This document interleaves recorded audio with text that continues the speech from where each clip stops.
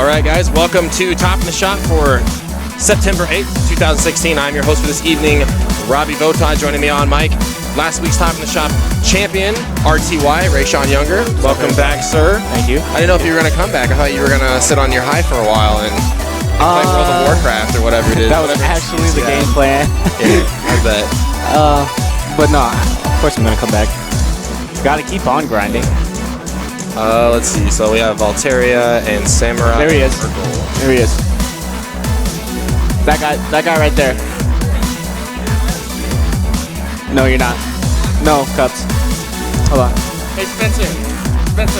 All right, so we're getting a PS4 cable issue resolved really quick, but thanks, guys, for hanging out during casuals.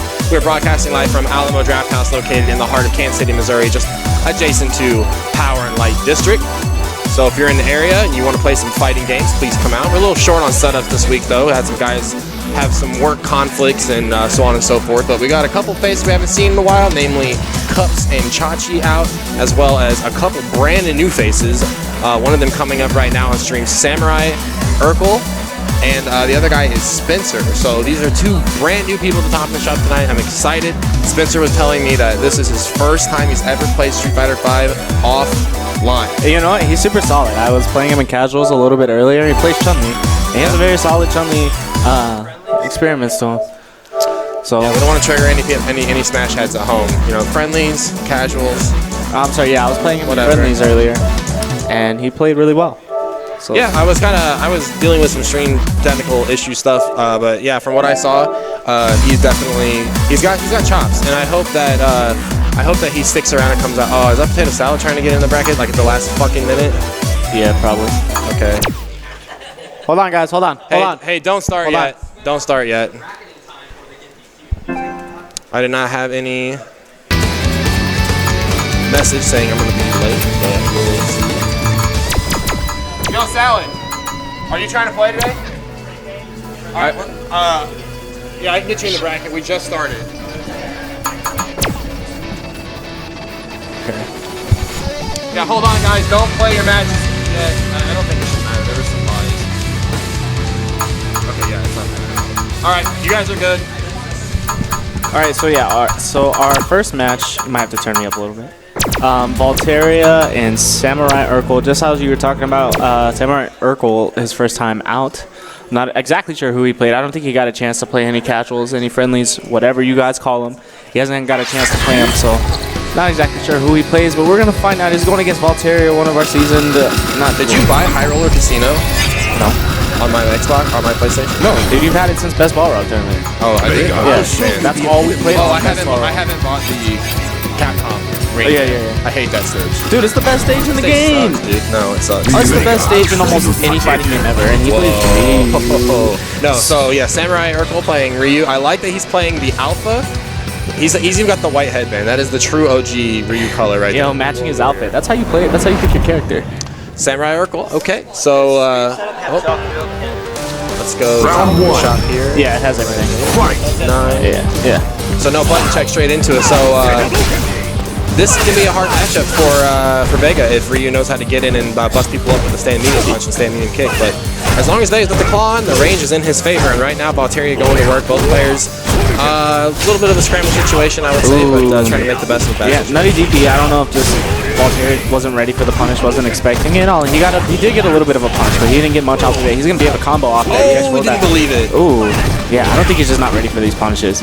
Both players seem like they're not warmed up. Yeah, for sure. That's what it is. I don't think, like I said, I know for sure Samurai Urkel didn't play any casuals, and this is his first time playing in our tournament, and it's his first time playing on stream. So that's a whole bunch of things to keep in mind. At the same time, Valteria didn't get to play any casuals as well, so like you said, they're just warming up.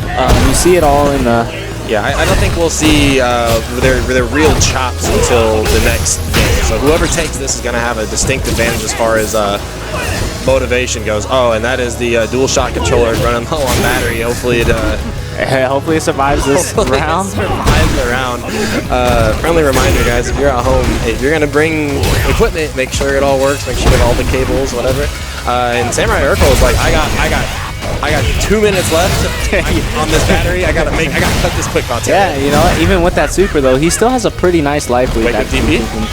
Oh, That would have been clutch. yeah. I don't think it. Oh, that's gonna work. It'll work. Yeah. Oh, he didn't get the follow up. Yeah, I knew he. Oh. Okay. Okay. So he's showing those. He's showing that he has those. That's a very risk. That DP, that hard punch DP that Ryu has is not your granddaddy's Dragon Punch. It's 5 frames, so automatically the idea of Ryu, the Street Fighter Ryu, having anything less than 3 frame DP is blasphemy. But anyways, 5 frames and it's not invincible. That's not the one you want to use for anti-air. Exactly. In most situations. But wow, yeah, good stuff. So both players right now are kind of feeling the pressure that you mentioned earlier. A lot of jump light punch by Samurai though. Wow, just speaking of heart right and you know what's weird? Jump. Oh my god. This boy's crazy. The jump light punch is not necessarily Ryu's best button. Obviously, No. just jump in medium kick or the busting button to jump in light kick. Jump short, absolutely. The battery is getting really low. We're on. Oh, this is. Oh my god. Another element of drama right now is will the controller. He's like, I have to. The battery is dying, so I have to finish. But he's And that's gonna be the that's gonna be the round. I didn't know he had super. I was looking at the wrong bar. Yeah. Okay. Hey, can we get this guy? Hey, let me look for a cable really quick. Hold on. Yeah, I got you.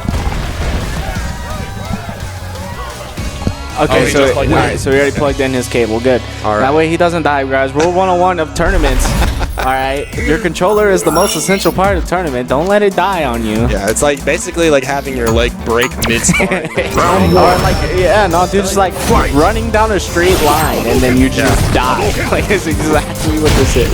So anyways, Samurai Urkel definitely not outclassed there. He held his own there. And like we said, Valtteri has been here week after week after week. So for him to do that well against a player like Valtteri, his first time in a tournament, is pretty nice. Well, I don't know. I think Samurai is definitely giving him some work right here. There's a couple things as a player you have to realize when you play against a player like Samurai is what they're willing to commit to. So we've seen a couple, arguably derelict Dragon Punches. This is something that Valtteri has to keep in mind. Yeah. Good idea right there to be triggered because they can't follow the pressure. He DP'd on the. Oh, that's gonna combo. He DP'd on the -2 mix-up. Not even just DP'd. I was doing it all last week to Valtteri because I noticed he kept pressing. Well, yeah, I mean, I know that that's a hard combo, so I'm like, what is this? I thought it was Ray Sean. I thought it was plugged in. That's what This is the drama right now. That's what they told us. The wake up DPs. I don't. Yeah, there's a cable coming out of that. The PS4 controller is pretty wonky, so I'm sure it's plugged in. Okay. All right, so. Oh, missed the anti-air. Big damage from Valtteri. He's sitting on match point. He has a big life lead. I think he baited that super pretty properly. No, he did not. Oh, but he's going to get the cross-up wall dive. Drops the combo into a DP. Okay, so what I've noticed is he likes to DP himself out of pressure. He's just baiting like he wants a drop, and he's just kind of, hitting DP out of it. So yeah, and that's one of those things like when you're at home and you're playing online, and I'm not trying to talk down to people who play online. Adjust sounded devices. You need to test your opponent to see if they're going to do those kind of wake up DPs. And if you're worried about your opponent doing DP during a string, just... Dude, this is why we banned Cups. This is why he doesn't get to come to top of the shop. Just, you need to hold back. So, and then that's when you hear bait it out. It's jab, jab, and you're going to go for like a big link or whatever. Just stop. Just stop right in the middle. Cups trying to troll me right now like he's a fucking Smash player. Cups and Eggman on stream, please. Cups and Eggman. All right, so we have Cups, a seasoned Street Fighter player. We haven't seen him in a while. Closer since I think he said his last top in the shop was in June, which is. I feel like it was way before that, longer than that. Yeah, I mean that's how I feel, but. He told me yesterday because we played yesterday. He said it was in June, so possibly. Next on stream, I need fire team and potato salad on deck.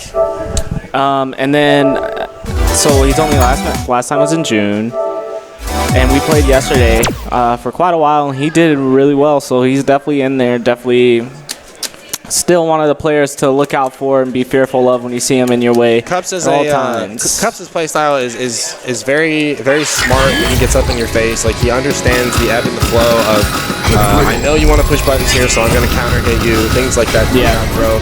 That's how he played when he played Cody back in Ultra Street Fighter 4. I feel like Ken is a very good complement character to that kind of playstyle because Cody basically lived and died off of counter hits. He didn't really have spectacular damage elsewhere, so he really had to make those stand fierce counter hits into big damage matter. And I think that Ken in Street Fighter 5 has a lot of those same kind of game plans. Exactly. Add one. Round 1. Okay.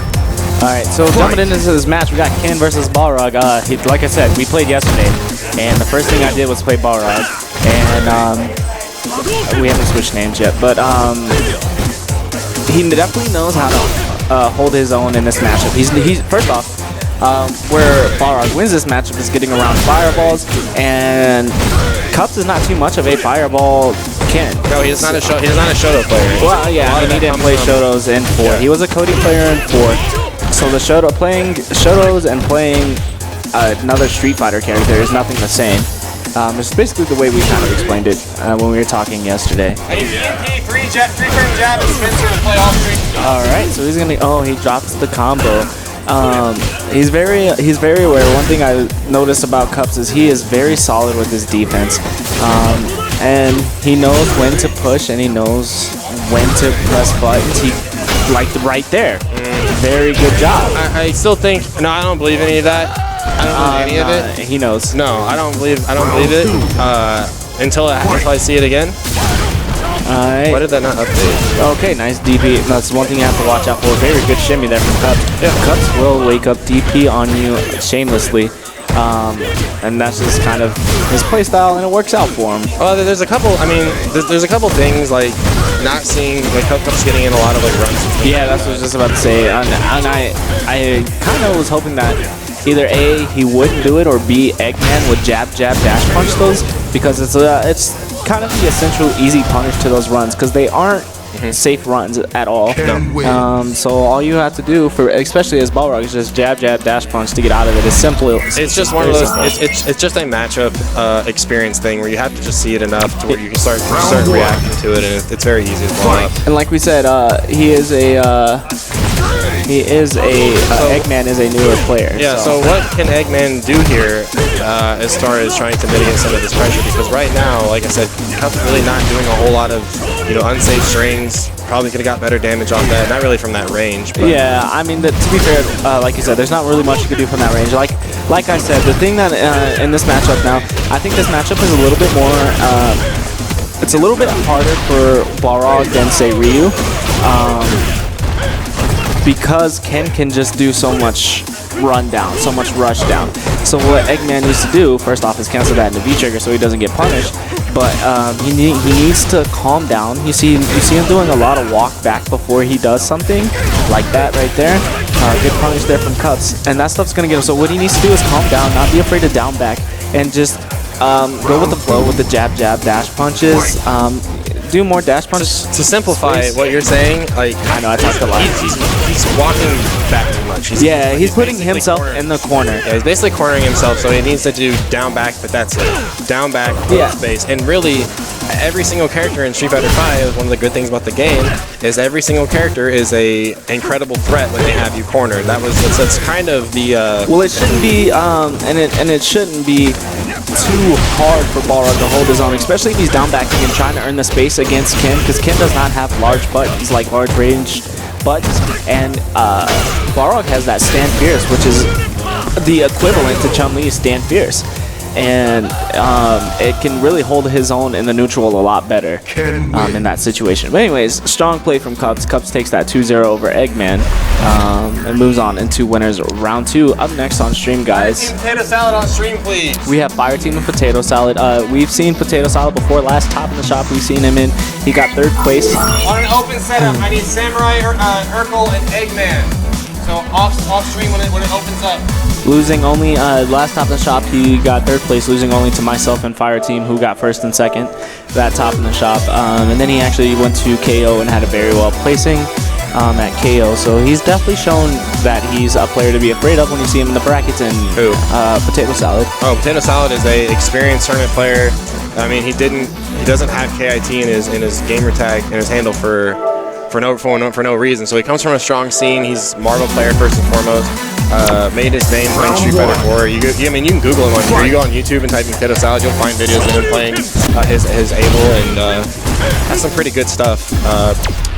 Yeah, so, and he, it's interesting now that you bring up Abel, because he went from Abel to Lore, which is one thing that I expected from most Abel players, like 801 Strider and stuff like that, and none of them have done this. No. None of them have went to Laura except for Potato Salad. I mean, it's not the same, but it's as close as it's going to get. The Fireball basically replaces Abel's step kick.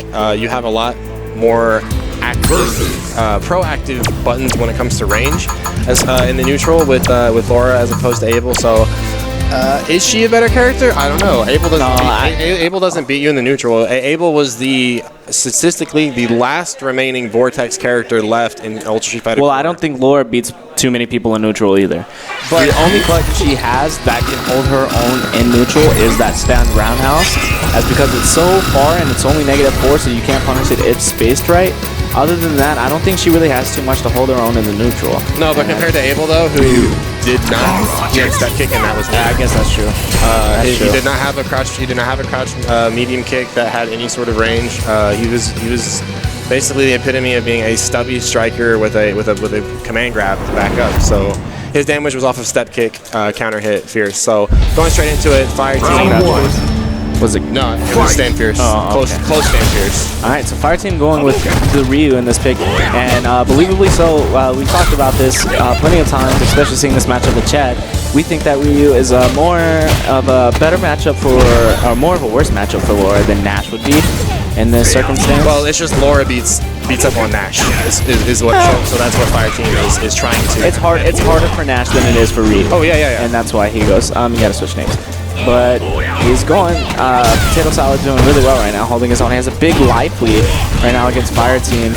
Yeah, so Potato Salad will make you understand the merit of having your meaties timings down. Potato Salad will wake up jab. It's very important because Laura has a 3-frame jab, so it's very important that you would know something about the 3-frame jab. I am like, to be fair, I'm kind of vocal about it. I don't like the fact that Laura has a 3-frame jab. I think she's the least deserving character of a 3-frame jab. That's just it. But Fire Team down again. He's just starting to bring his meaties are important here. Yeah.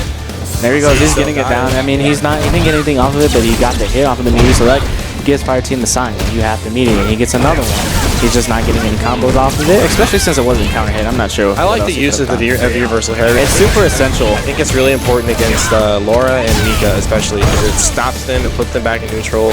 And because they get a lot of money off of the take throw kind of mix you up command grabs. Good switch, side switch, combo confirmed from Fire Team. One thing people need to realize, especially when playing Potato Salad, unlike most lures, he ends his combo into the shoulder, and most people do either the punch or the kick afterwards to do the flip, right? Potato Salad wants to leave you grounded, so he can either command grab you or grab you afterwards. And he does that a lot. Yeah, both players now really respecting each other's spacing, trying to figure something out here. Fire Team aware of the fact that Laura's got a full bar meter, does not want to throw any derelict plasma. Potato Salad finds a way in, looking for meaty setup, doesn't find it. Tatsu to safety. To be fair, Laura doesn't use her meter all too much except for EX Fireball, but it is still a threat because it starts her pressure. And EX shoulder for the fireballs. Yeah, that's why he was in that. He wasn't throwing any fireballs right there. Oh, he couldn't really gotten too much off of it because he didn't have super. I wonder if that stand medium kick was moon. Nice back dash, and he gets the whip punish. Good play there from Fire Team. Gets the trade on the anti-air. Dash up throw. What's the meaty? Delay wake up into the jump. Reversal. Oh, that would have been it. Fire Team dash up. Stand light kick into the throw. He's gonna take the game. Keep it very simple. Crouch here, DP. Yeah, very very solid stuff. Fire Team able to make the comeback and win that first game. It looked like he figured things out a little bit. You saw him progressively figure things out throughout that set. Yeah, I think after he got lit up by the first EX shoulder, you saw Fire Team become a lot more mindful of that specific range. Yeah, that range. And Potato Salad, he got here incredibly late. We put him in like kind of emergency in the bracket. So he doesn't really have any warm-ups right now, but making it work. Yeah. All right. So going into it, Potato Salad once again pushing Fire Team into the corner, getting the side spin, putting himself into the corner, but it works out for him because he gets the grab into the command grab mix-up. Very strong there. Man, I don't know what it is, but I always find myself pushing buttons too during that string. Like you just don't expect. And the fireball just takes so long to come out that it works out in Laura's favor. As you saw right there. Yeah. And it's like, man, near perfect there. Took a little chip damage. And that's what stopped the perfect. But he had a very dominant round there. Let's see what kind of adjustments that fire team can make. He gets hit by that EX shoulder. Yeah, he just caught walking forward. Yeah. There was no fireball or anything. He just, like you said, got caught walking forward. Potato Salad's Laura, it can be kind of like, it's very difficult to approach as a Shoto because he will sit back and play the zoning game with you. Yeah, which is weird. Yeah, it's not necessarily a hallmark of Laura's plan, but talk about this right now. Pressure in the corner. This is really unusual because I never see fire team get thrown, ever. So, I mean, I understand command grabs, but I don't ever see him, I always see him take a throw. And he's been getting grabbed quite a few times throughout this set.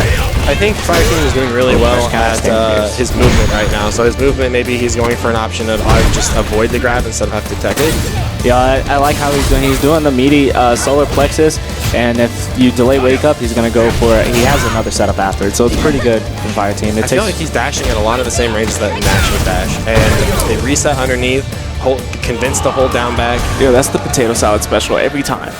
Every time. I don't know, man. He does that every time. He does the stand reset to something, command grab, meaty, something every time. So these are things that Fire Team has to look out for. He's gonna go to the character select. I think we are gonna see the jury, Nash. right? Yeah. Oh. To be fair, Nash is a better jury. Yeah. Every single DLC character so has better versions of them in retail. Yeah, every single one. I would say that Alex is maybe a better Zangief. Yeah, here's my theory. I wonder how good that the DLC characters would be, like, if they were made correctly. Yeah, if they were but if they were on release day. No, it's because the problem is, all right. So the problem is because they were not. Wow. I don't know, because the game doesn't follow a. Round one. Fight. A consistent plan. I'll talk about this after the match, but I'm gonna explain why the DLC. Oh wow, gets the crush counter sweep to start things off. Nice DP from Fire Team. Yeah, that's rare. Just kind of panic. And it works out for Potato Salad though. Yeah, this is the command grab mix up. I want to see some neutral jumps. That's one thing I have not been seeing from Fire Team at all throughout this set is neutral jumps. He had a little bit back in the corner, and all right. So Potato Salad on match point against Fire Team, showing that he did not need to get any pregame stretch in to put the beat down. Maybe they went to the character select just to change the stage. That's what I did for Kong last week. I was like, go to character. I want to. Yeah, I was expecting the Nash switch because especially since the last time they played, he went with Nash and won, but it wasn't easy. So maybe he feels like he can figure this out with Ryu. No, there's no maybe. I mean, he picked Ryu. Right. Fire Team's Ryu definitely still very dangerous. There's that wake up jab again. Yeah. Mean timings are important. Strong with punish, but he couldn't get anything off of it. Nice shimmy because he just didn't want to take. So far, Fire Team has won on the ground. So yeah, the discipline from KIT. This is a different game, but this is a different game right now. Laura has her momentum. She had that hard knockdown, so Fire Team just reset the neutral, and he needs to stay here, keeping it neutral. And, well, the thing is usually when players get beat on the ground, their first instinct is, well, I got to jump in. And it was you can really tell the tournament experience of Potato Salad, the discipline not to go for it. Fire Team scoring some damage there on a B trigger, but he does not have the reverse on that, which can be very kind of difficult to deal against Laura. Wow, knocking on the door and finds an overhead. I don't even know if what did you say? Final round. Spencer 1-2-0. Oh, okay. 2-1. Okay, so we're diving into final round. Fire Team. Jimmy gets that very nice crouch medium kick into the Tatsu, but however, Potato Salad responding, taking the life lead here. Wow, that was definitely an accident. I don't think the other overhead was intentional either. It was 3, bam, bam, bam. Yeah. I think he missed the timing, got the overhead, but I think it worked out. It's pretty tough. Wow, very nice from dash under. This match is coming right on the trip guard. Good defense by Sal. Very nice. Oh, that neutral jump didn't get the anti-air. He probably went for the stand jab. The problem with the stand jab anti-air, especially in this matchup, is that Laura's. Oh, that fireball is so difficult to deal with. Dude, nice anti-air. Laura's jump medium kick is so hard to deal with, and that's gonna be it. I don't know. Okay, so Fire Team dashed the end. I think that was a smart play. However, being as Fire Team is very good with Nash, very good with Ryu, maybe the spacing was off just a little bit because I think what Fire Team thought was This guy's ahead. He's going to wait for me to do something dumb like jump out. He's going to be ready, so I'm going to dash in there, throw, get myself out of pressure, and instead salad with the reactions. Well, and the other thing we saw is he actually did jump back twice. So he jumped back in the corner twice, trying to avoid the fireball, and he's like, okay, now I think I'm clear. When really Potato Salad was like, nah. Right. So I'm going to finish my thought really quick on the DLC characters. There is no, there's no model that Street Fighter V characters follow because all the V triggers have to be unique. Right. All right. Critical arts out the window, doesn't matter. But like in Street Fighter V, everybody, or in 4, everybody had a focus attack. Everybody had FADC. Right. No question. So everybody had these universal tools. In 5, nobody follows a universal plan. So what Capcom does is I think sometimes they err on the side of caution, and they go, this Ibuki bomb, this could be really good if we put X and Y on it. But instead, we're gonna err on the side of caution. We don't want to have a OP fiasco that we have to go back in and retool and balance. So we're just gonna make them bad. That's my honest opinion on all the DLC characters. I mean, I agree with. They also like to have really good ideas, Right. but it's like, why is this so underpowered? I mean, I agree with you. At the same time, the first 16 characters are so easy to pick up. It's I can pick them up. Wow, this is a combo. This is a meaty setup. Bam, I'm ready to play in a tournament. All the DLC characters are so much harder to play, so much more in depth than the first 16 regular characters that it kind of makes you wonder what direction Capcom wants to take this game later on. All right, guys. Well, I gotta go play next, and then I'm gonna call some matches. So, guys, thank you for hanging out, topping the shop. Thanks to Rayshawn for holding down the commentary, of course. It's like calling my former do some commentary. Coming up next, myself versus Chachi. When the setup opens up, I need Fire Team and EMP 3-frame jab on open setup.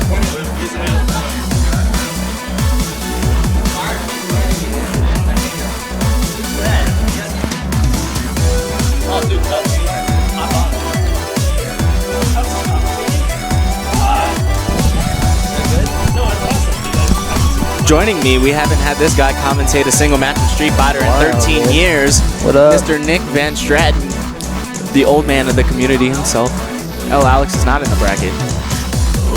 I'm changing up the play a little bit. I typically don't commentate until I'm already went 0-2, but unfortunately I won one today, so. Dang, I said, unfortunately, I won one today. So, we're going to go ahead and play because that match is in progress. Who's 3-frame jab? That is Mr. Chris Cunningham. Oh, that's so good. Do you hear Chris's name? EMP 3-frame jab. Chris Cunningham's name today is EMP 3-frame jab. Alright. Okay, everybody, we are at Top of the Shop here, the Alamo Draft House, and this is going to be the 9/8 edition. I don't even know what today is. Yeah, the 9/8. I can't believe, man, it just came up like fairly recently how we had been at Alamo for like over a year and a half. Yeah, we've been here forever. I remember strongly Brad and I commentating that first one. That's pretty sick. We had like 600 viewers or something. Yeah, for 2 or for 5? For Street Fighter 5? For 5, yeah. It was man. like the first or second max outs that we had that many. And one, I'm pretty sure we got botted that one time, but there was one Top of the Shops where we had like 1250. Like, that's outrageous. Yeah. Yeah, no, that one was real because that was like the release day tournament, and everybody was like, "Yo, let's go watch it." And then we had Guilty, who everybody knew, was winning, and so featuring Guilty. Yeah, featuring Guilty. Coming up here though, we have Robbie V versus Chachi. It's gonna be a Shoto matchup. Chachi, like in his Street Fighter career, has kind of bounced back and forth between Ryu and Ken. His style is really mix and match a lot. It's really interesting. Sometimes he really decides to go in and be aggressive, but sometimes he likes to sit back and play the keep away game. And I think Ryu in 5 fits his personality pretty well. I was gonna say he's definitely vibing with Ryu a lot more than he is Ken. And he played Ken earlier on. It just wasn't for him. I guess somebody who's forfeiting the round, of course. And Robbie V is a Ken Masters guy, and I don't know if this is gonna be a kind of outside bias because he's like, you know, he's a really good fundamental player and good Street Fighter awareness, good gameplay knowledge, and things like that. But I don't know if his Ken has really quite clicked with him yet. You know what I mean? I mean, he's had his time where he's up and down. Yeah. Well, I wouldn't even say up. Yeah, I would say up and down. But he had that time. It was just 3 weeks where he was beating Fire Team. He won 2 Top in the Shops. Cool. Like that guy was the guy to beat. And I don't know. He says he hasn't been grinding this game as much as he was then. During that time, He was. good, I remember he was playing with Alan's son. No, it was Alan Glenn. He was playing Glenn. He was playing with Glenn. Yeah. And he leveled up tremendously within that time. He was playing with Glenn. So Yeah, they're good guys to level up with, that's for sure. yeah, you just got to be able to. And Robbie, I guess because I'm a Ken main as well, he's a bit more defensive of a Ken player. He's relying on his Shoto instincts a bit more, more fireballs, DPs. Yeah. He definitely plays a lot of a Street Fighter, a basic Street 2, Fighter. kinda, Yeah. He's a super turbo type of player. He's fairly new to the game, honestly, though, to Street Fighter. I don't think he started playing until like 2012 or 2013, the series in general, but he's got very old school sensibilities as a player. Yeah. Round 1. So, and here we go. We're opening up first round here with Robbie V and Chachi. Yeah, back on the same. Everything the same, just like it must have been a button thing. Yeah. So here we go. This matchup is basically who can hold the neutral a little bit more. Ryu has more of the neutral tools to hold nice himself. confirm. That's a really hard combo. Right, but Ken can get in and do exactly what Robbie is doing. It's true. It's true. And when on Wake Up on the Oki game, Robbie's going to really kind of look to position himself just outside of standing jab range, and that'll. That's no minus punish 13. there. It's going to be a big punish. Should have been. Oh, well. Nice DP there, though. We're getting pretty close to even line, but Robbie V responding with a DP of his own on the jump block string. What I noticed against the Ryu matchup as a Ken player, though, is that the shimmy game is pretty effective because he doesn't really have too many quick buttons to combat you on his Wake Up. Right. So, and Ken's shimmy game is pretty effective. It's good overhead. Yeah, so this is going to be essential. We're going to see if Chachi can deal with it. Ken's EX Tatsu is a major threat, especially in this matchup, because if you don't position your fireballs well, you're going to get dumped in, just kind of like how we saw right there. Oh, no punish again on that target combo. Robbie getting away with murder, and I think he's figuring it out. I would have liked to have seen him blow the EX Tatsu for that line breaker because it would have carried him to the corner. Right. And that early in the round is pretty effective. I think Robbie likes to go for the heavy punch DP ender. Because you do still get Oki off of it, and I guess it does more damage, but like I think the Tatsu gives you a little bit more Oki and more stun. Yeah. Exactly. So. All right. Yeah, and he's 4. He played Ken in 4, so I still think he's got that in his DNA a bit. Yeah. Combo finisher. So we're just looking for Robbie to kind of close this up here. Chachi's by no means out of it though. Ryu's kind of a damage monster. He's got full V trigger. Oh, that's it. Yep. Robbie taking that first game. We were talking about that yesterday, how Ryu's nowadays are doing a lot of the standing medium kick V trigger activation. So you can, it's a good and bad thing. That's why Ryu's with V trigger, you can kind of tell when they're positing for sweep or for standing medium kick or something. Yeah, like that's the thing with Ryu's. You can do any button literally into. Yeah, you were doing standing jab. Or no, stand like kick. Is that what it was? Yeah, stand like kick V trigger. Oh yeah, that's right. Because you can get if it connects, you can get the confirm in the super. Which is pretty goddamn. But that's the Taquito special. And good DP, that's the classic Shoto stuff right now. Chachi's looking a little unsure of where he needs to be standing. Yeah, that's the problem with this match, is finding out where where you want to position yourself in the neutral within the square range. Sure. Both of these characters have pretty good range differences, and you'll be able to see a little bit more personality because some of the Ryu mains like to use more ranged buttons like standing roundhouse or standing medium kick, and sometimes people like Fire Team like to get in there and do the close medium buttons and stuff like that, you know what I mean? Yeah, exactly. So it's kind of a testing the waters thing for a while. Looks like Robbie's really representing the standing roundhouse for right now. And it works really well for Robbie right now because of the spacing that we were talking about earlier that he's putting himself in. Chachi doesn't have an answer for it, so sure, yeah. Your only real option for the standing roundhouse is either if he gets too close, then you can do the standing light kick punish, or to jump over it. Yeah. Robbie's already shown that he DP'd a couple times, so. So he's trying to keep himself out on the ground game. Right there, he could have DP'd. He blocked the jump in. Yeah, which Chachi, again, has been playing Shotos for decades, so. No, that's not going to be a combo. At least he's safe, though. Yeah. Well, that could be it, yeah. He could have probably punished with super of his own. Okay, cool. Thanks. Oops. Round 2. Fight. Okay. Urkel 1, 2. Okay, so here we are going in here. Chachi's finally got a win under his belt, and that was a good DP, good late DP, kept himself crouched so he can get his hitbox a little bit lower. Okay, good cross under as well. Okay, looks like Chachi is definitely one of the more momentum-based players we've seen as well. As we saw a couple max outs ago, he Like, you know, sometimes he'll go 1 and 2, 2 and 2 at a max out or something like that, and then every once in a while he'll just explode and take second or third or first. You know what I mean? He's even had that in this game. There's a sweet spot tournament where he plays third in. So nice. I mean, he definitely blow up any time. That's very nice. Very good stuff. I saw him testing the waters against Kong earlier with that fireball. Yeah, you know what's crazy is he did it right at the animation. Like he didn't. Yeah, he was ready. He didn't wait for the fireball. He did it. He heard hot and just super. Just pretty nice reaction there. Strong anti-air though. Robbie V on match point right now. One of the DP, but I think, you know, gets the job done. We need to see Chachi jumping in with those light kicks a little bit better. I don't know if he's got the confidence for the jab confirms off of that though. Yeah. Interesting note, he plays on PC, so kind of doing that jab combo from PC to PS4 is a little bit difficult. Oh, is it? Just because of the lag stuff. Okay. Good combo. Could have got a little bit more. Not too bad. Good corner carry. Wake up DP from Chachi, showing he's willing to do it, but Robbie V responding with his own, saying, I am more willing. He's going to get the stun, and probably going to close it out. Yeah, it's going to be pretty close. Yeah, he didn't get the most optimal out of that. Could have got the EX Fireball to double DP. Catching you kick super. Is that it? Yeah, pretty close though. Dude, I never know, dude. It's like, oh, okay, so good stuff from Robbie. I think he went for the anti-air and it just did not work out for him. So we're gonna. Robbie doesn't seem too happy about that win, but Chachi, you know, still got some work to do. Can go through losers. It didn't look like he really warmed up all that much. I saw Robbie grinding out games and good stuff from both players. So we're gonna put Robbie back on the mic.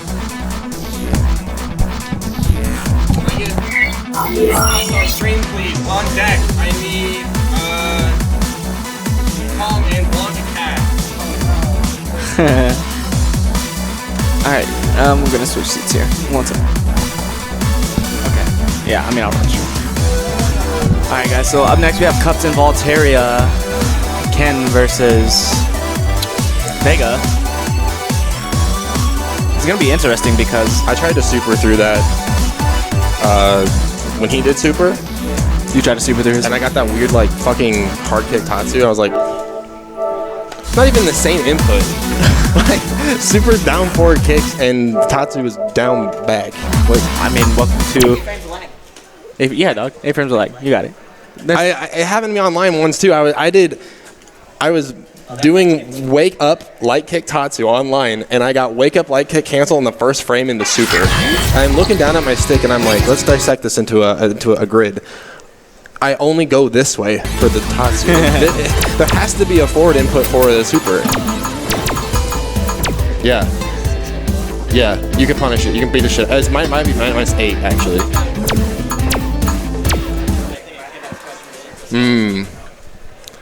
Yeah, it's you definitely can tell I've been playing online much whenever I do light kick Tatsu and block and I just max out EXD. Yeah, that shit is so fraudulent. I don't own that for a second. But we got Cups and Valteria coming up. So Cups showing his dominant bulldog style play against who's he playing in the first round? Eggman. So looking against Vega right now. So again, Cups the more the more experienced tournament player, I guess. But Valteria, best thing about Valteria is he keeps coming out every single week and keeps working hard and shows improvement every single week. So that's what I'm excited to see.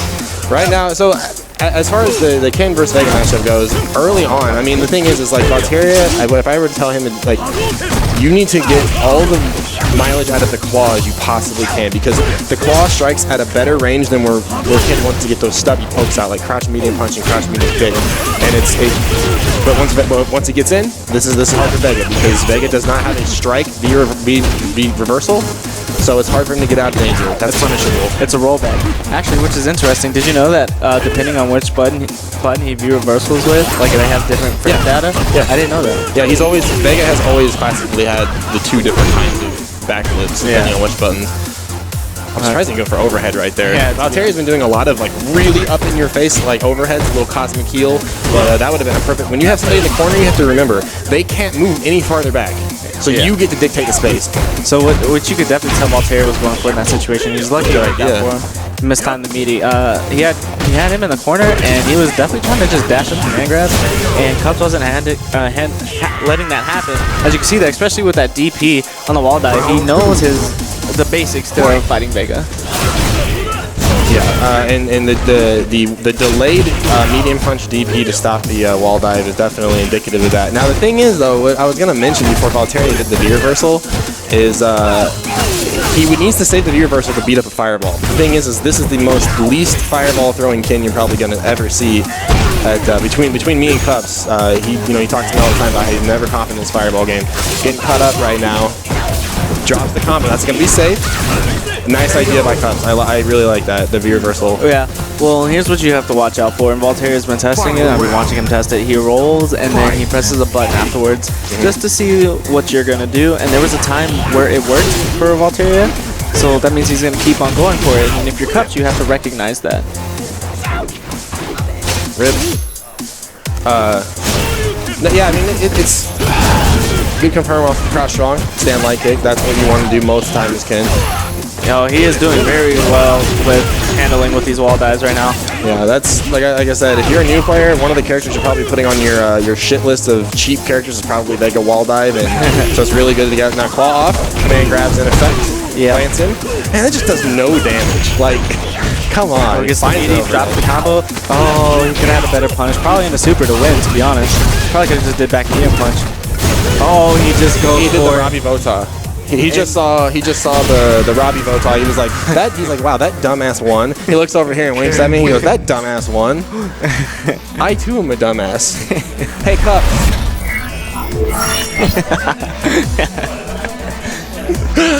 Alright, diving into game 2, Valtteri. Hopefully he doesn't get too mind fucked by that working. It's, things like that, it's gonna happen. Yeah, I mean, you're just never gonna expect it, and when it works, you're like, why did that work? The thing is, though, assuming Cups is a good player, which he puts that away. He doesn't sit there and think, this is a thing, and it works every time. Alright, trying to make that target combo safe, so, I'm sure he mentioned it when I was doing it. Target combo is -12 on block. You want to end it in the EX fireball. That's the only way to make it safe, and that gives you +1 frame advantage. So, I mean, it's safe if you do it. Oh, no. No, it's never. It's never safe unless you do EX you gotta do EX fireball. And actually, your V trigger is like +26 or something ridiculous. I mean, you're using your V trigger and an EX bar, but whatever. +26, let's take it. Okay, nice cross up there. Very solid defense from Cups. This is one thing I was explaining earlier. Is Cups has some of the Excellent punish. ridiculously good defense I've ever seen. However, he went for the meaty command grab, mistimed it, and got bought by crouch medium punch by Cups. He's sitting on match point against Valtteri. Crouch medium punch is a very good way to confirm into V trigger. It leaves you at 0 on block, meaning you're not at advantage or disadvantage, but the trigger keeps the pressure in. Yeah, exactly. Ooh, no trip guard. I dig it. That was a ridiculously good trip guard. That's good the Cup special. Yep, trip guard again. The thing is Valtteri is getting very jumpy right now, so the question mark is starting to appear over his head of how do I approach this matchup? Well, how do I get in? Excellent DP, and the thing is they're getting too telegraphed. Yeah. And the thing, so like, what reason does Valtteri have to jump? Because Cups, I don't think he's thrown a single fireball in neutral. No, he has. He's done one in the first game, and that was it. I think and it's probably not true, but Rush counter? Yeah. Please? No. Oh no! Missed the punish, and Wake up it's gonna super, be just the do it. game. Yeah. Okay. So one thing I saw, I get caught with it a lot, is you see Cups go in and you do jump in, he doesn't DP you on jump in, and you're just like, okay, well then I'm just gonna keep on jumping in, and then he did it. So it kind of changed the momentum of the way that works because he actually started anti-airing on DP. Up next, you're going to stream. We're going to want to call Potato Salad and Spencer. Calling about Cat playing on stream. I need Potato Salad and Spencer on stream. Potato Salad and Spencer. So we're going to have Chun-Li versus Laura, which is cool because I wanted to see Potato Salad play.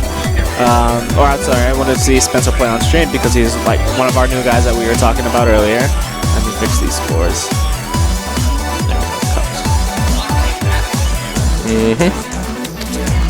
Potatoes. Yeah, see, I would have some pretty good Balrog matchup experience too, except you always leave early. That's not true. I'm here till 11:30. No, the week before last that you won last week. The week before that, you left because you left all your mixer shit here. But I left at like 10:30. No, we had casuals for 45 minutes afterwards. I was so proud of you. I left at like 10:30, dude. No, dude. 20 push-ups every time I miss an anti or DP. Do you see how swole he is? Because he missed like... Yeah, dude, he had to do 1,500 push-ups last night. You guys want to improve your anti-DP game? Play Street Fighter 2. Play classic Street Fighter 2. They will. If you accomplish the correct fireball spacing for either Ryu or Ken or even Guile for that matter, and you throw the projectile and they jump, you will always get an anti-air no matter what. So it teaches you to recognize spacing and start aiming for those little goals mid-match.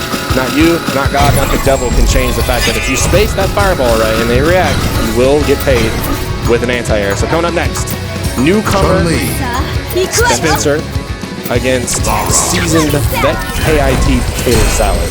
Like I said, Spencer was holding his own. You guys got chat up. You guys want to follow along at home? Exclamation point bracket will keep you guys in touch at home. Yo, shout out. Shout out to you guys. But it's weird. They misspelled Robbie. I know they both start with an R, but you guys fucked up. All right, guys. So we're gonna see who wins the neutral. Obviously, this is probably one of Laura's known worst matchups against Chun-Li because she can control the neutral. Oh, excellent! I didn't know he had instant air legs. That's great. I mean, they're a little high, but they're still legs. Sure. And I've also seen him anti-air with stand like kick too. Yeah. Right now, he's doing pretty well in the neutral, I would say. Yeah, no, for sure. I mean, just because this is his first tournament, I'm not trying to dog on him, man. Like, just because it's his first tournament doesn't mean he's a scrub. Well, that and we haven't seen him out before, so we're very impressed right now with the way this guy's going. Wow, stand fierce into V-trigger, very nice. Wow, spins the meter, it works out for him. Drops the legs right there. We're giving him all the props on the low. So he either wanted legs, or he wanted stomps, or he actually wanted to cross up. He wanted legs. Oh, wow. Just walk Reach out and touch somebody. He didn't have meter. I think he thought he did, but he did. And that's stand fierce. He's doing very well in the neutral right now. He has to deal with that mix-up. One more mix-up. Oh, very nice. Good. Take the hand. Yo, he did not EX SBK there, and you saw that potato salad baited it.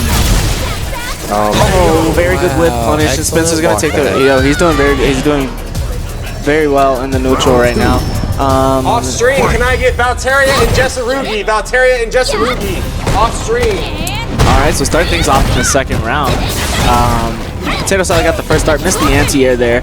Spencer making his way back. He loves to use that EX Fireball, which is interesting because Kong likes to use it too, but Spencer loves to use it. And wow, doesn't get the combo off because the legs was a little high. I'm really liking Spencer's movement right now. Yeah. It looks confident. It looks like he's got a game plan and he's following through with it. All right, here's the knockdown. Nice blocking, nice defense. Just hold back. You beat 2 out of 3 options. You beat by just holding back on nice jump back there. Yep, you have to deal with that mix-up. You know what you don't have to worry about, and from what I've seen, is you don't have to worry about him throwing after that EX Fireball, to be fair. Very nice SBK, though. Spencer on the verge of taking this first game.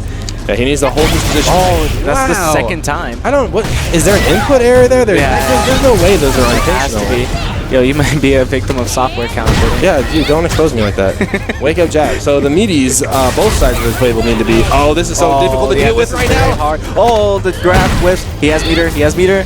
He doesn't spin it. He's looking for V-trigger right here. There it is. Nice B reversal there. The Kong over. I was seeing the Kong overhead. Yeah. In my head, I saw low forward, and then clank, and then overhead, and you're dead. Yeah, it would have worked, but not done. Nope.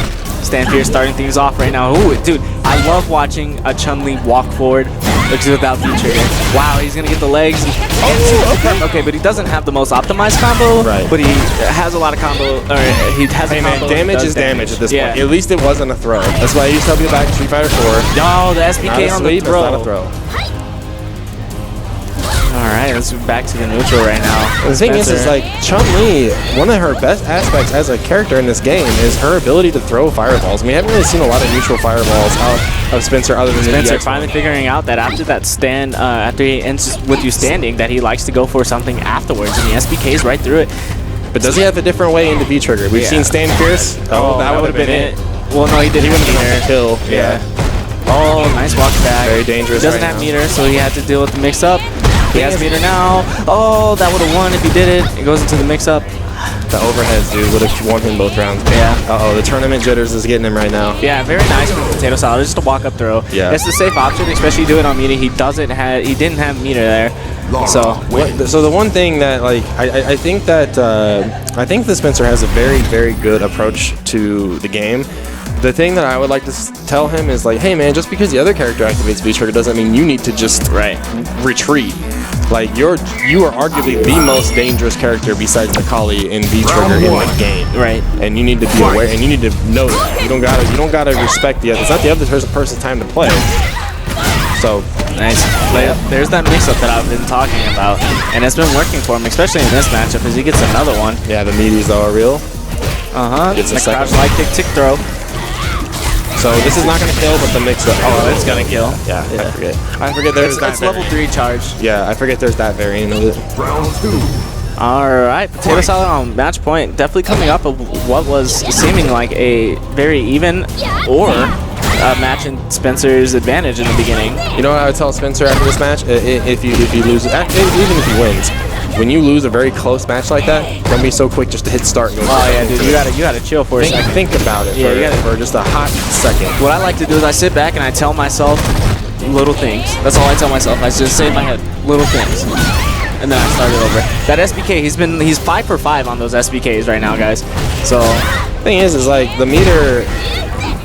He's missing out on meter when he needs it. yeah, That's kind of the issue. I mean, I agree, and he likes to use it for that EX Fireball, which is weird. So all right. there we go. What's the mix up? And to the throw, Potato Salad is gonna take that. Yep. 2-0, definitely adjusted pretty well. That's the talent. That's me. I'm cute. All right. Shit. All right, guys. I'm pretty sure both of us have to go play on stream right now because we don't have another match to play.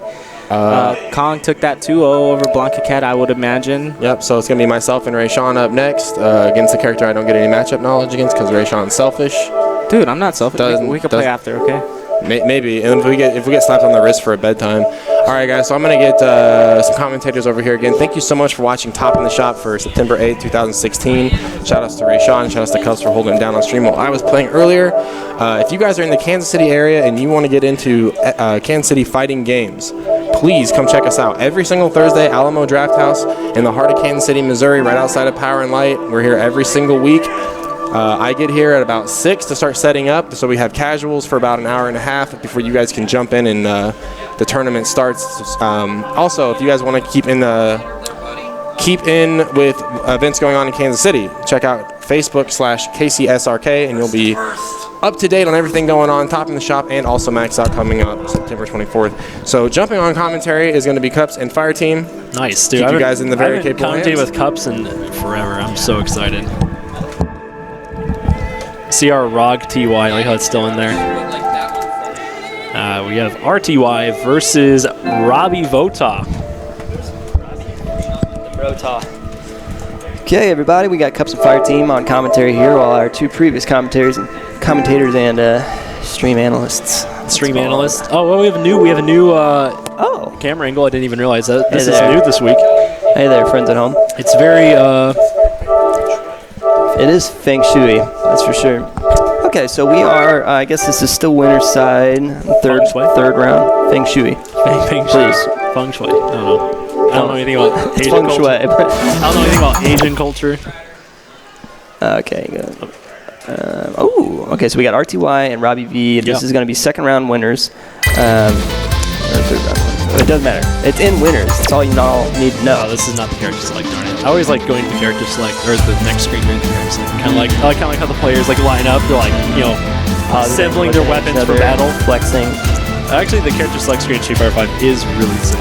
It's cool. I like it a lot. The music's really good. The music in this game is awesome. Yeah, I hadn't played in a while, and I was playing yesterday, and I was just letting the main menu music go for a while. I was doing stuff around the house, and it was like 5 amazing songs, like one after another, and I hadn't heard most of them because I hadn't played in a while. And I was like, ooh, man, that song's good. That song's good. That song good too. Damn. All these songs good. The main menu theme is actually my favorite. My favorite. It's probably my favorite Street Fighter theme ever. Yeah, same. Honestly, maybe Akuma Third Strike. That one's really good too. Let's delete it from the devices. Oh yeah. Well, we got a couple new players on the stream. Don't know how to plug in the sticks. And this says we can only assume this is going to be. Oh, he's going to play Balrog, isn't he? He likes to play Balrog against Shotos. Yeah, he says that Balrog is a Shoto killer. I don't know. Why are we not going to devices? Man, Vega's weird. His sweep isn't as punishable as I thought it would be. Oh yeah, no, it's not very. His rolls are all negative, right? Yeah. But they're like -2, -3, something like that. Even his regular rolls on hit are negative. Like actually against Vega, it's really sick. As match, I just always do stand jab as he comes out of light roll. Like he hits me with a roll, straight up hits me. Just jab on and I just do jab afterward, like after he rolls into me and hits me again. And if he presses the button, he gets hit. Yeah, sure. It's dumb. Sure. Like, because people are like, I hit you, therefore I'm positive. But well, that's what we've talked about. That whenever the game first came out, you and I were talking a lot about how like the standing reset situation. Is really brutal in this especially game. like air-to-air resets. Yeah, sure. So. Yeah, that's the thing too. Like it's like, oh yeah, I air-to-aired somebody. It's like, oh, you're not exactly. Restart the box. What happened? Neither of our states are like registering as controllers. Oh yeah. Damn. Fucking figure that one out. I don't know, dude. Shouts to Street Fighter 5. Shouts to Sony Computer Entertainment America. Sika. Sony Entertainment Computing. It's Kia. Is it? I don't know. Sika. But we're gonna wait on the. So we're having a little bit of controller issues. Try to plug them in. It didn't quite work. So we're gonna go and restart the console. We're on a good like 6 months of this right now, aren't we? Of PS4 mode. yeah, PS4 problems. Yeah. Oh, here we go. We're gonna get. Oh well, the entertainment keeps coming. Turn it on. Turn it on. Thank you to all, however many viewers we have right now. We have 17. 17 viewers. Really appreciate you guys. Turn it on, please. In Kansas City, Missouri. We had a pretty good troop sent out to EVO, and the scene is kind of, I don't want to say died, but taken hibernation. Yeah. For a couple the thing months. is also we lost a couple of our high-level players. Sure. I tried to keep it with L League, but we did have quite a few drops from L League. Yikes. And that's something I hate to see. Honestly. Yeah, sure. The whole point of L League was to show. It originally was kind of intended to show like, oh yeah, we can stay in this after Evo. We can. Continue, it's like a more relaxed manner. Continue the progress. Do it in your own. Do it in your free time online. Yeah. What have you. If it like starts glitching up or whatever, This it's been said. refresh. Input. Oh. Uh-oh. I can't remember this. Okay, this actually should fix it. So we shouldn't have that issue. Cool. I need some water. I'm parched. Same. Have you ever watched like an ASMR video on YouTube? They're like, they just like do weird noises. ASMR, yeah. Is that not as good as ASDF though? What's that? It's I don't know. What's the difference? I don't know. What? What's? I thought when you first said ASMR, I thought of ASDF. Oh, that's do you know what ASMR is? What is it? It's like the auto sense. I can't remember, but it's like people. Like it'd be like a YouTube video, and they just have like a super sensitive microphone that just has like, and they just do like ambient noises, like scratching noises, and then they'll just like sometimes whisper and stuff like that. So I guess it helps people go to sleep. Okay. You know what I mean? Sure. Like sometimes I guess people have like tinnitus or something like that, so their ears are always ringing. So they need a little bit of noise. Yeah. I was thinking that though whenever these are super sensitive microphones. Yeah, I just picked up mine actually. Oh, you got this one? I just got it like a couple days ago. Sick. For You already had a pretty good microphone, if I remember right. You had the microphone screen. Well, the issue about that one is that like my computer provides a lot of noise, and since it was cardioid, so like it did have a good it would only go from one direction. But the issue is like they say about cardioid microphones, like it only picks up from one direction. Yeah, for like 6 inches or something like that. That's the issue though. Like the thing is, it goes from one direction, but the thing is, it hit like the computer is here, right, and it hits off the wall behind me, and then it projects into the still in the microphone. Yeah. Nice job, Jessarugi. Yeah, because that's the issue. Like it didn't matter that that was a cardioid. It still picked it up just as bad anyway. Can I get Blanca Cat versus Samurai Urkel off stream? Already got that match called. Why does Potato Salad have Kumite in Tennessee? Because he actually is from Tennessee. That's awesome. And actually... How new is he to the scene? He's been here for about a month, I'd say, maybe a month and a half. He's pretty strong. Yeah, he's a very strong player. Platinum on Ekti or whatever, PSN or whatever you call it. Very strong lower player. He actually... The reason why there's still a Marvel... But the thing is, he's not a Street Fighter 5 player. He's a Marvel guy, right? He's a Marvel guy. He is Marvel through and through. The reason why KIT still has a Marvel tournament because he runs it. He runs it, yeah. Good for him. Good stuff to him. Here for work or studies or what have you. I wouldn't know. Yeah, sure. None of our business. Cool guy, though, for sure. But we're glad to have him. And he seems very open to teaching people. I saw him kind of coaching Valteria after the match earlier on. Yeah. Or me and him were playing, we were just talking. It's not like a... That's a TO for you, or a community organizer, sure. Yeah. That's the thing. Trying to get the scene better as a group. Which I definitely do enjoy. It's a pretty good turnout today. We have how many entrants? I think we had 16. 16, not bad. 14. 14. 14 was the final number. Not too bad. Thanks to everybody for joining us. Looks like we got Moxie US, Silence is US, The Venomous Kirby, Zevran. What were people saying about my match? Rayshawn is So cute. Rayshawn is my life. 80s porn star. RTY is Bay. Would smash. Beat that ass, Rayshawn. Scroll up. Dude. I'm before then. No, that's it. Damn. It's just all RTY spam, dude. Yeah. Good stuff, guys. So he's a good guy to support. Right there. Okay, so now we are getting into it. RTY told me yesterday. Oh, he's going with the. What was it? Man, I was watching. I was watching the stream like 2 weeks ago and watching was calling with like Slim Shoto and Marcel Masters. Dude, I was dying. It's so hilarious. So as we talked about, Rayshawn RTY definitely believes in Balrog being. Shoto Slayer. Absolutely, that's the thing he keeps talking about. The thing is, actually, some other Balrog players and some Shoto players actually say it's good for Shotos. So it's all personal preference on that kind of stuff. So something to keep in mind there, Robbie, probably not too familiar with Balrog, and so the thing is, like on that dash punch, it is -4. So you can't go for, let's say, like that, for example, that should have been punished. That should have been punished with that. You can't do target combo, it's too far away. You can get the back medium punch into Tatsu though. Yeah, you could do that, or you could do stand jab light Tatsu if you're not very comfortable. At least it's something.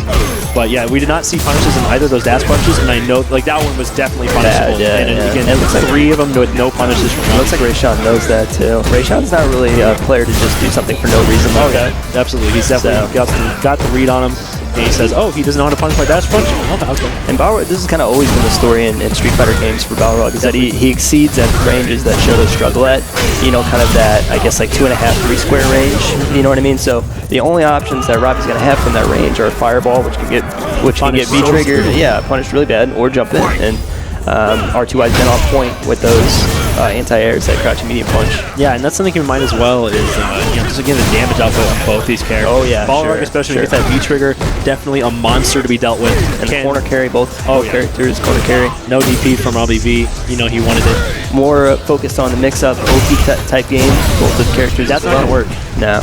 You can only do the first hit. I think that hit twice. Oh, no, it only hit once, but regardless, he did it too early. I see. After the standing roundhouse. Robbie not happy about that drop. Good throw there from Rayshawn. Goes into the standing roundhouse, into the frame trap after it to be stunned. Yeah, and the thing is actually about this game too is that EX dash punch is +1. Like on the low or the strong or the straight, I believe. And he was telling me, Rayshawn was telling me too, the stomp V-trigger activation was +9. Yeah. That's, the toe stomp. That's pretty ridiculous. It is pretty ridiculous. But he doesn't have a lot of the same tools that other characters have in the game. But Rayshawn seems to have a good balance of when to play footsies and when punish and when to go in. He's got good sensitivity for the dash punches. Yeah. Robbie seemed to try to press the issue a little bit. I'd like to see him do maybe a little bit more neutral jumping and positive to put Balrog in a bad situation with dash punches. Yeah, so there, neutral jump would have blown that up. Yeah. There's a punish. I'm not sure if that actually punishes. How fast is heavy DP? 5? 5, yeah. Okay, that's so it's not a free punish. It's -4 there on the Balrog dash punch. There we go, full confirm. He still doesn't have that target combo all the way down yet. Yeah, that's something recent actually. He seemed to be fine on it, honestly, previous weeks. Seemed like this is a this week. Sure. Saw him having trouble with that earlier against Kong. Yeah, no, same. So now we're going to see the full combo here from Rayshawn. And this is just the danger of the character. I mean, Robbie's been in control for most of the round, but doesn't matter. He can close it out in seconds. Yeah, that thing about Balrog too is that like there are a lot of Balrogs who go for the spin into overhead. And the thing about that is he showed that a couple times, but yeah, that's the thing too. It's like when you talk about that, he did the low right after the dash punch. So again, like, here comes the overhead, here it comes, and he goes for the safe low option. Especially it's safe, as I said, like he confirmed low, short to low jab, just like a Shoto would. So I mean, if it doesn't work out, okay, let's move on with my life, go for a throw, whatever. But if it does work out, okay, we got some damage. Yep.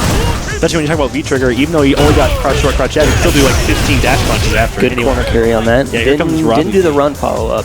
He's respecting Balrog a little bit up close too much. The thing is about Balrog is that you can't respect him. He does not have a DP, doesn't have any kind of V reversal is easily baitable. Yeah.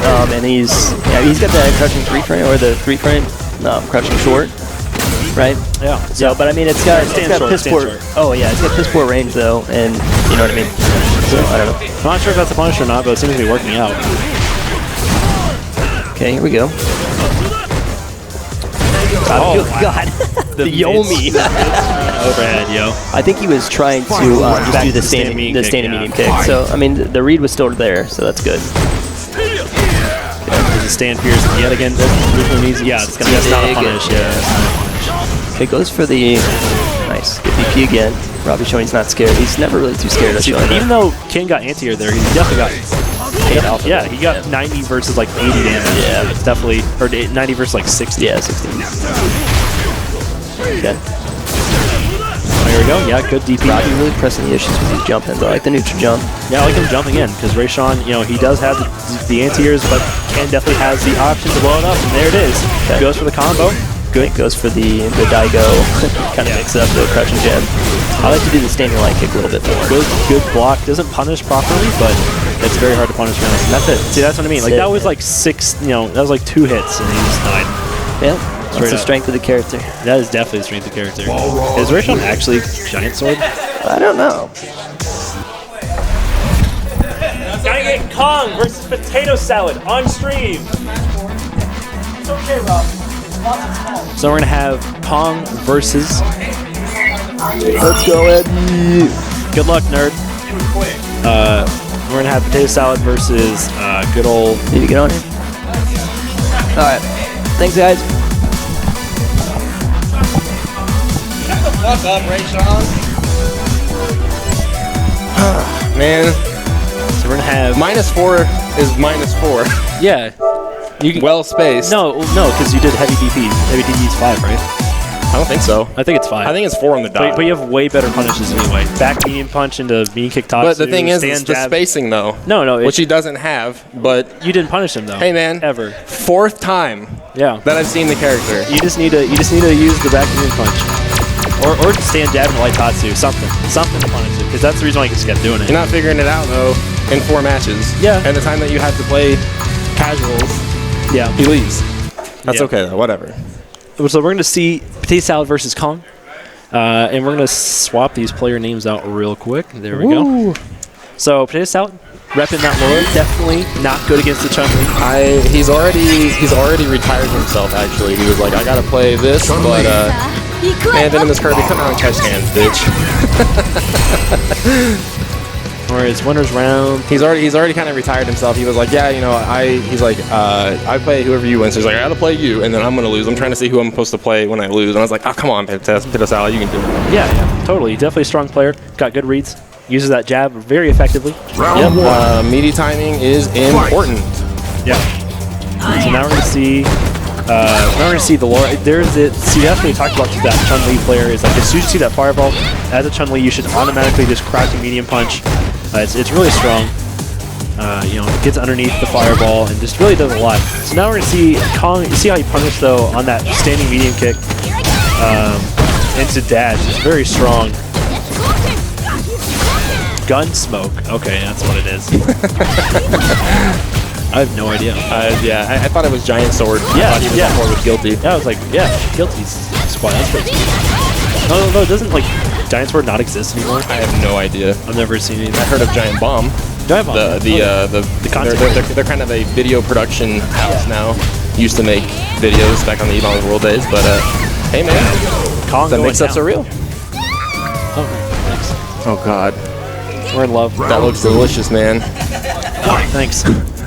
So now we're going to see Kong going down in the first round, which again, as you talked about, Potato Salad not expecting to do well. No.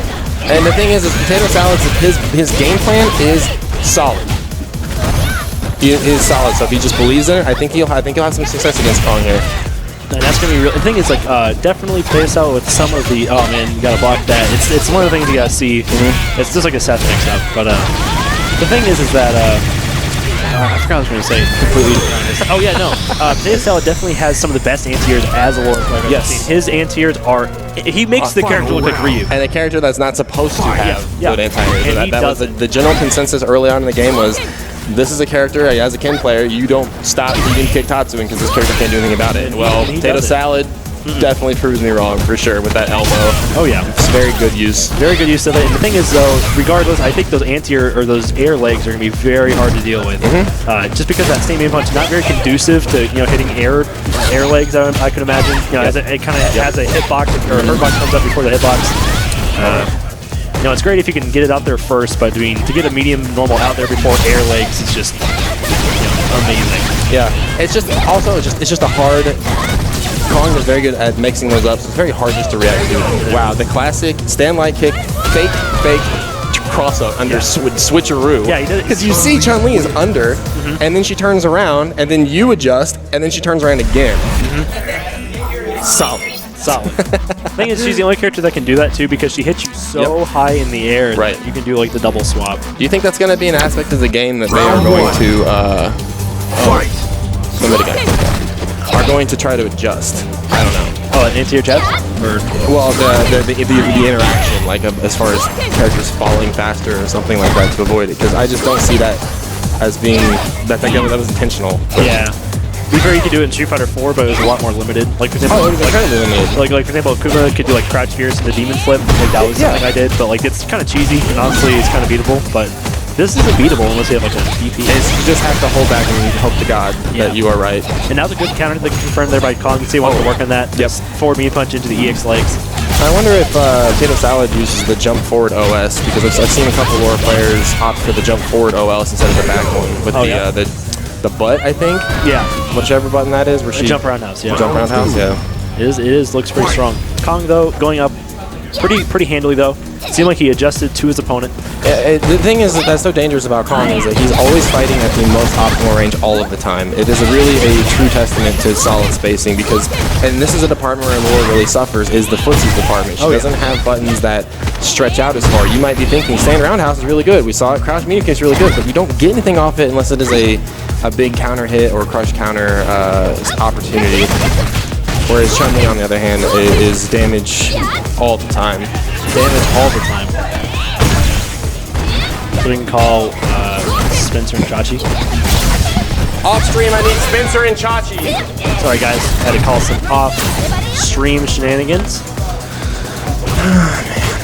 So now, again, Potato Salad kind of getting going in here, just because the Kong, again, got that full bar, that's it, just regardless. But strong player, strong spacing. Yeah. I just can't say.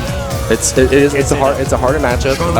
Daigo said recently that he thinks the biggest reason why Chun-Li is considered the best character in the game is she has no bad matchups. Yeah. And I would agree. I don't think she has any bad matchups. So we want to call that winner's match? Yeah. So let's go ahead and get RTY and Cups.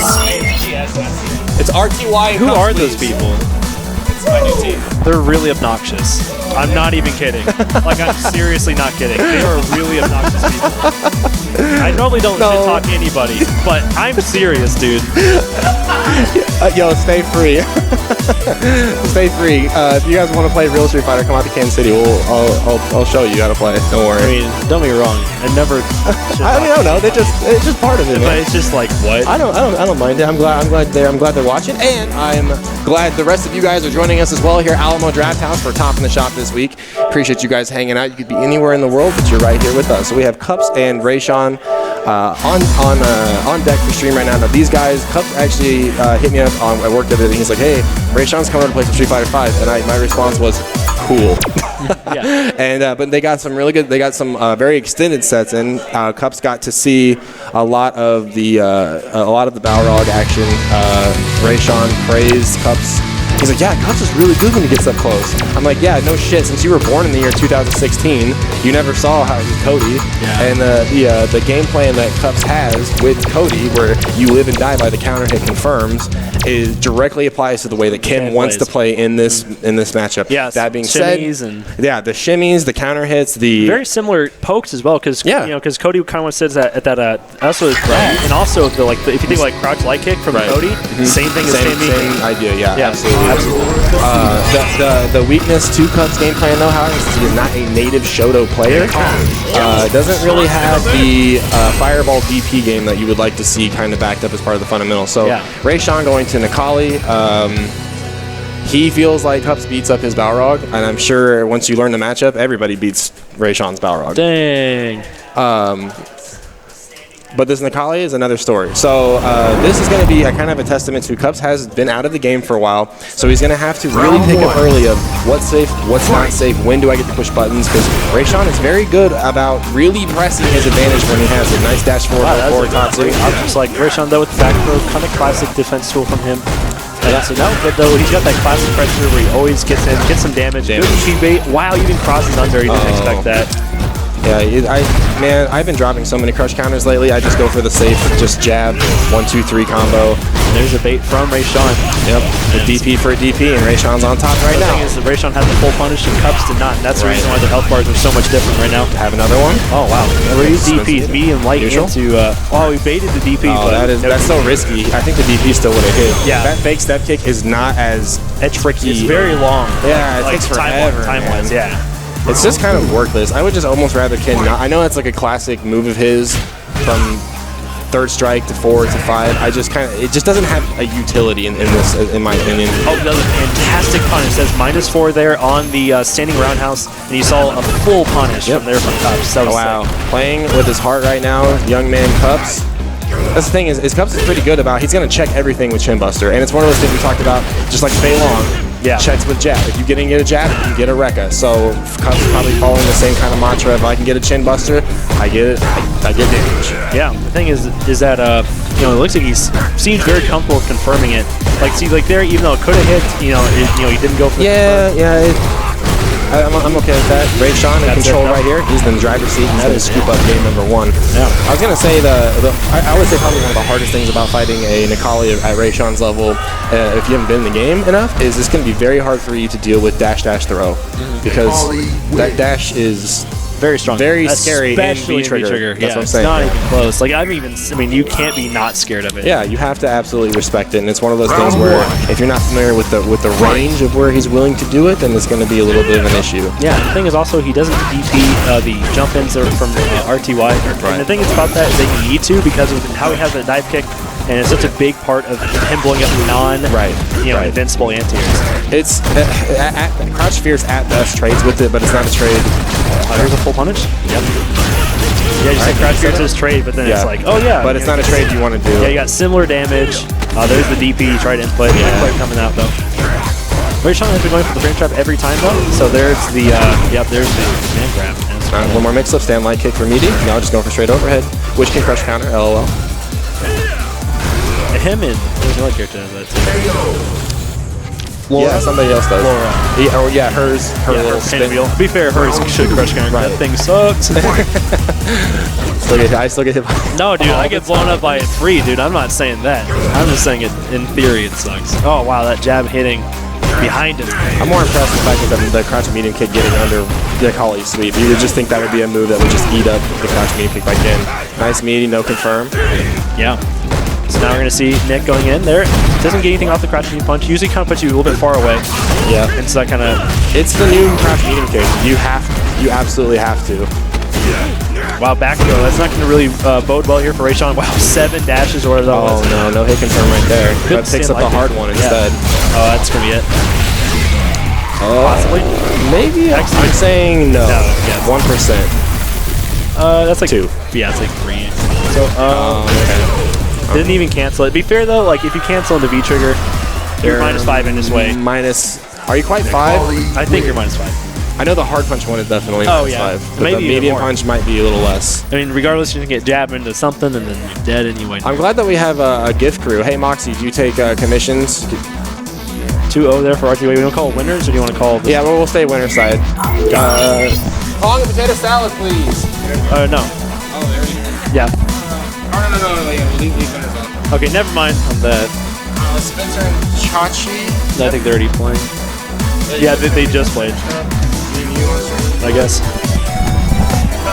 All right, guys. So it'll be myself, Robbie V, and Fire Team on stream, loser side, round 2. So right now, so here's how we run the tournament, guys. If you're following along at home with challenge, we have our winner side. Winners finals already locked in. It'll be RTY and Kong, and then we're gonna march all the way through loser side. And then we'll go losers finals, winners finals, grand finals. So thanks so much for watching Top of the Shop this evening, guys. More Street Fighter 5 coming up next.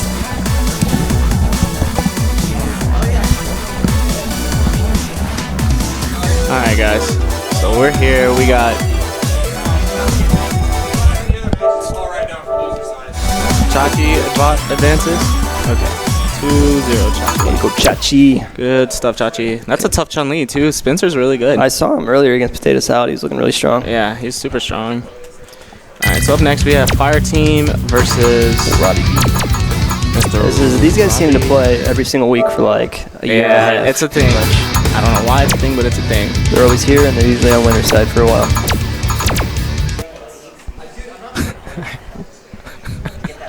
They talking shit about me? No, they're talking shit about me. Oh. Get smoked. So sorry, Sean, sponsored by barbecue place or something? Damn. Alright, so it's Gunsmoke. Yeah, sure. So it's like their hashtag is get smoked. Because everyone goes, so Sean sponsored by yeah. Oh my god. Damn Potato Salad going through a Chun gauntlet. Yeah, rip. Raisin take. Gonna pee in the Raisins cup. take years. I'm gonna poke a hole in your cup, mate. Dab. Did you dab, dude? Yeah, dude, I dab. Fuck you, man. Damn. It's a shout out to my good smoked. Okay, so we got Fire Team and Robbie V. This is gonna be the Nash and Ken. I know that Robbie does not really like this matchup too much, and Nash is pretty strong against the show. I don't know if this. Yeah, he does not. Well, Nash does really good against the Shadows, like you said, but Nash completely, more so annihilates Ken than he does Ryu. So it's pretty tough for him, to be completely honest. All right, guys. Sure. Jumping into game one, Fire Team versus Robbie V, Nash versus Ken. We are live. This is loser side. Sorry, guys. Let me update this.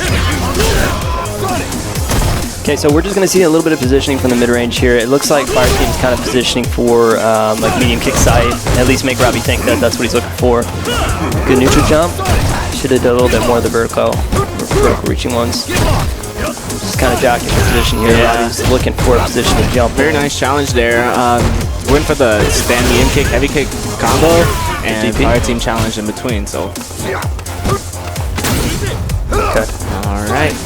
It's some weird button selections from Fire Team at this point, but I think that's kind of what you got to do with Nash. He plays a different brand of footsies than most characters do. Right. Fire Team for sure known for Variation of buttons. Yeah. Kind of. especially with Nash, because he can do that. Like, his character allows Fire Team to play the way that he wants to play. And you see it, like, he's very movement heavy with his character, and then he goes and plays Ryu, and he still plays the same kind of movement a lot of the time. Sure. He played Akuma back before, as well as he had a Sagat for an extended amount of time, but even when he played Akuma, he played more of a defensive style until he got the mix-up started, and then, then he went in from there. Yeah. So he's definitely more of a defensive-minded player, but he likes to tighten up his frame traps and stuff like that as well. Maybe need to see Robbie do a few V reversals through some of these heavies and medium punches that our team's pegging him with. Really slow first round here. Guys really trying to figure each other out. Yeah. Like I said, this first round, especially against these two, because they play each other every week, you're going to see them take a long time to figure out how they want to play the neutral this time around. Oh, and that's going to, well, he could have got like a lot more off. Yeah, he could have at least got the VP. Yeah, I agree with I agree with that verbal pop-off, because that was nonsense.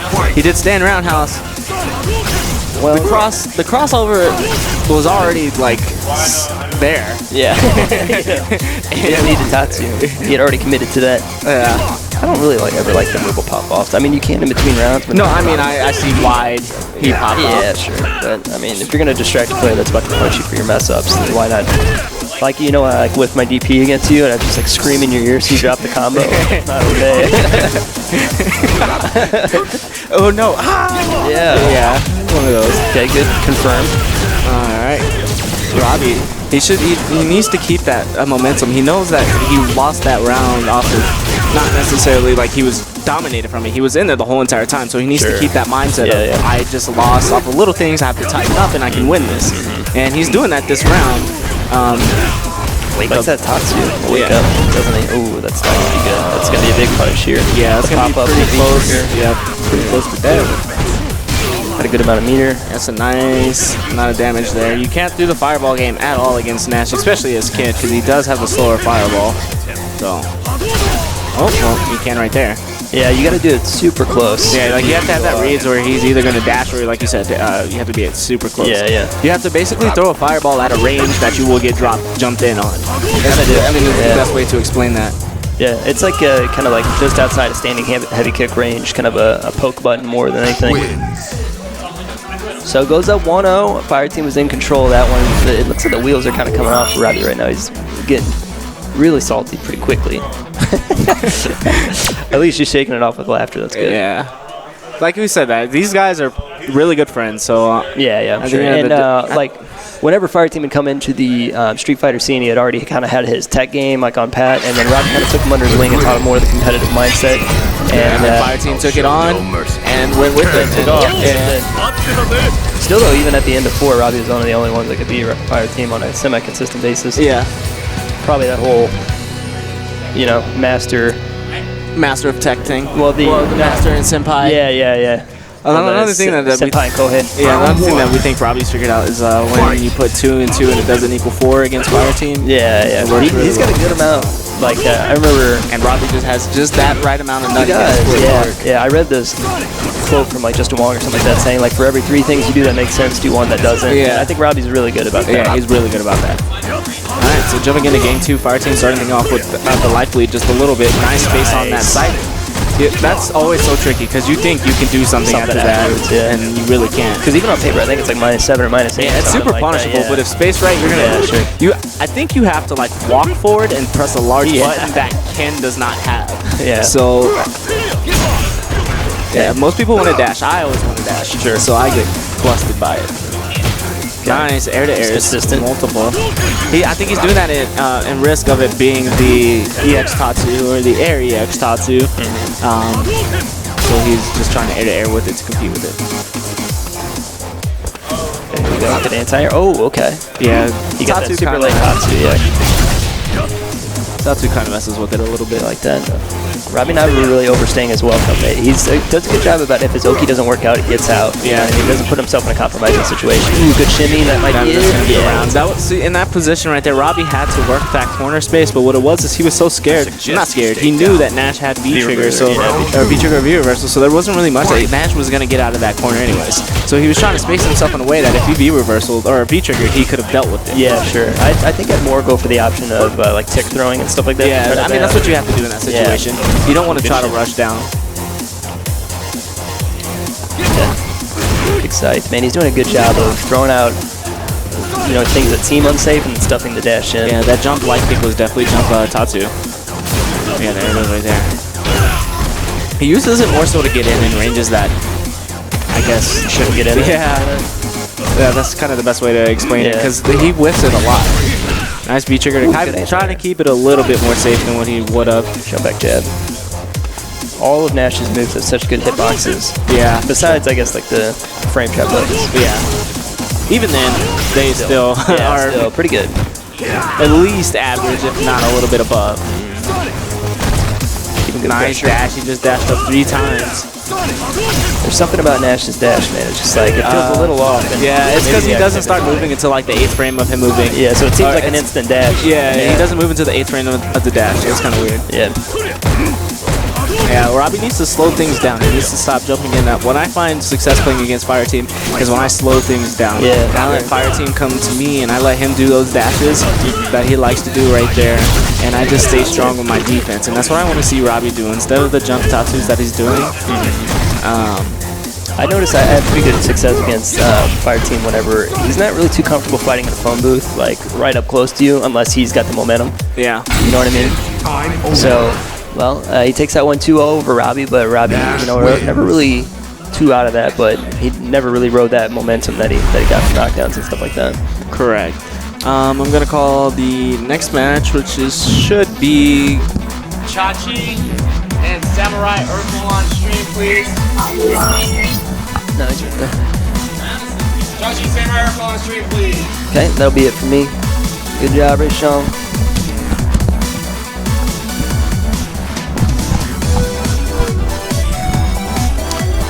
All right, coming up next, got Chachi and Samurai Urkel coming up. So Chachi, one of KC's old school guys.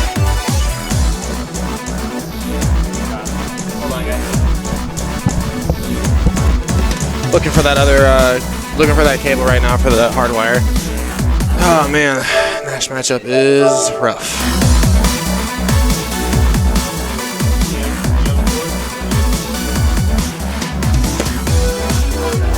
So I want to say thanks for watching, guys. Thanks for hanging out. Shout outs to Moxie. Shout outs to Kirby. Shout outs to Silence. Johnson, I seen you in there. DCB, Severin. The Rayshawn Coda barbecue places. It's pretty lit. Let's see here. Who else is hanging out? Blue Panther. See you guys. So we are waiting again real quick for a pad cord to be found because this man's controller is dying. Yo, Cubs, do commentary with me.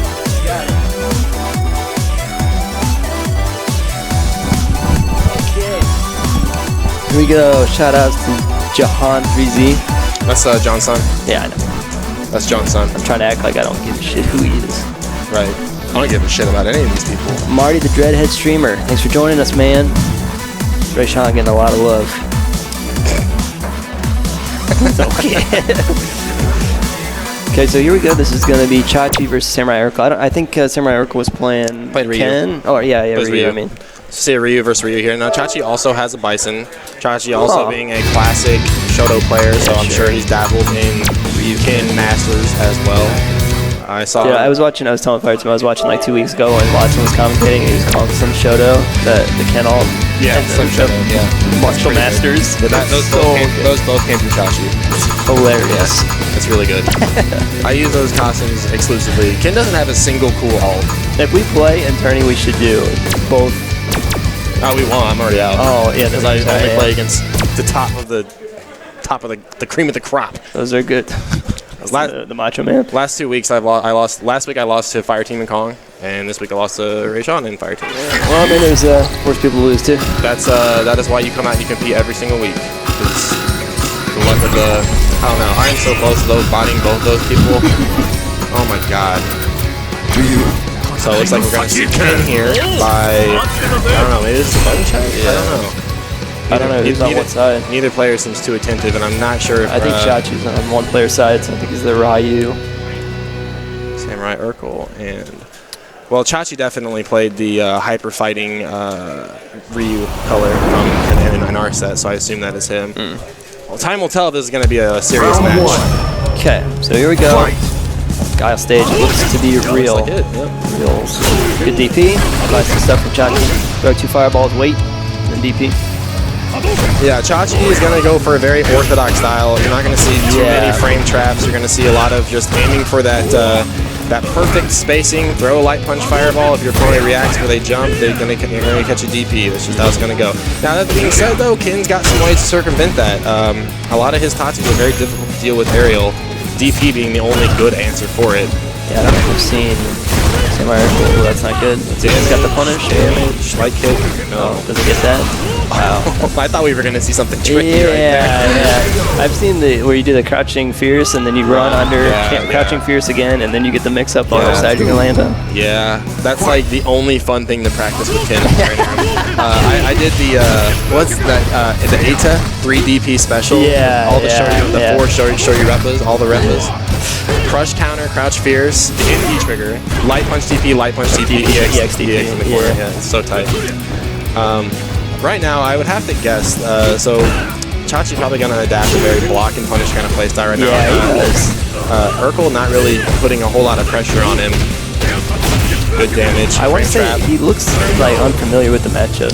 You know what I mean? He's standing at really strange ranges, and he's standing very far away and then trying to force his way with jump ins and stuff like that. This is a harder matchup for Ken. I don't think it's not necessarily tilting towards 6-4, but it is definitely matchup dependent. Like, you need to have experience with it. How I would explain it is that I'd say that Ken is a momentum character and Ryu's not. Like, Ryu is in this game though. This is the problem, is Ryu has all the tools to. That's what I'm saying. Like, he's like consistently good. He's got options kind of at all times. And Ken only can really be effective if he's doing his thing. You know what I mean? Yeah, absolutely. Ryu. Talk about the stand medium punch from Ryu. That button will. I trade all my buttons for that button. Dude, That's the button you get beat up and your girlfriend taking at a bar. He just walks up and he's just, he's just checking you, and you're like, okay, you can have her, bro. It's like the Julian Fry maker from it slices, it dices, it does everything. Man. It even can counter hit into himself. It's very akin to the Yun classic, the crouch medium punch, man. It frame traps, it anti-airs, it confirms into super. Yeah. You name it, baby. Frame trap. I think frame trap. I think Chachi is a little bit hesitant to use frame traps, seeing how this guy will DP on wake up. Yeah, he does. Yeah, he showed that pretty early. Okay, there it is. Simple. Good stuff. Nice. Some good stuff from Chachi. Has really taken control of the match. He's very good at sitting on controlling the tempo of matches. He I hardly, especially except for when he kind of gets on tilt, but I don't really see Chachi start winning a match and then ever fall behind unless he gets super on tilt. He's really good at once he gets ahead, he kind of stays ahead. Yeah, you know what I mean. I could see that. I mean, unless he gets not so much. I mean, Chachi, well known around here for being a little bit more expressive. Yes. I think, as far as that part of his gameplay is concerned, I think he's definitely worked on it. I'm not going to sit here and say he's gotten vanilla or he's gotten soft. He's worked on it. Yeah, sure. And it's reflected in his game. So finishes off with the DP. Doesn't quite complete the combo, but what I want Samurai Urkel to do is I hope when he comes back and he watches these videos in the stream and the Twitch archive or on YouTube later, I really hope that he watches these matches because there's a lot to learn. Simple fixes, honestly, from what I saw. It's one of those things where if you're sitting at home grinding LP all day, it's going to be kind of a shock to the system to come out to a local event. It's just a different environment. There's different pressures involved. It's just a different ball game. So it does not benefit you at all to go 0-2 at a local tournament and then immediately leave. Sure. You're actually wasting your time. And I said this last week. You're wasting your fucking time. If you came out here, if you came out to a local, went 0-2 and then just went home. Sure. Can I get Jesserugi and Fire Team? See you, dude. Shout out to Full Bleed for coming out. Yep. So again, guys, if you are exclamation point bracket to follow along at home, we are running all of loser side up to winners finals. Actually, if we have other matches to play, we probably should play them. It's 9:41. We'll just keep going. We're fine. We're well within our I can get me and Chachi on the off stream setup if you want. I'd rather watch you guys play. Yeah. Okay, so this is going to be Fire Team v Jesserugi. I'm not sure. I think he's probably, Fire Team likes to go Ryu against the mix-up heavy characters. Yes. One of the early comments by L.I. Joe when it came to Nash was, as the meta evolved, these are words he said on a stream with Kim 154. I mean, we don't have one open. It can be open for casuals. Is that what you're asking? Yeah, we were going to play our L-League match. Oh, yeah, absolutely. Perfect. Yeah, kick him off. Do that. That L-League has been such a pain in the ass for me, dude. I know. Yeah, you had to. I'm still not. I saw you post about how you're back in your Sony account now. I'm still not back in mine yet from what happened to me. I had to get on it in a hurry. Some dude charged $150 to the Neverwinter game. Yeah, I got. And I was like, really? You're a geek, dude. At least spend it on a cool game. I think it was 80. It was 25, 25, 25, and then 5 or something like that. And it was at 3 a.m. Yeah. And I had my phone next to my head, and my phone kept vibrating from the emails that I was getting. So I called them and immediately I cancanceled my card and everything. I caught it as it was happening. It was pretty weird. Yeah. If you guys are at home, use those Sony cards. Do not put your card information. If you do, immediately delete it. Okay. Anyway.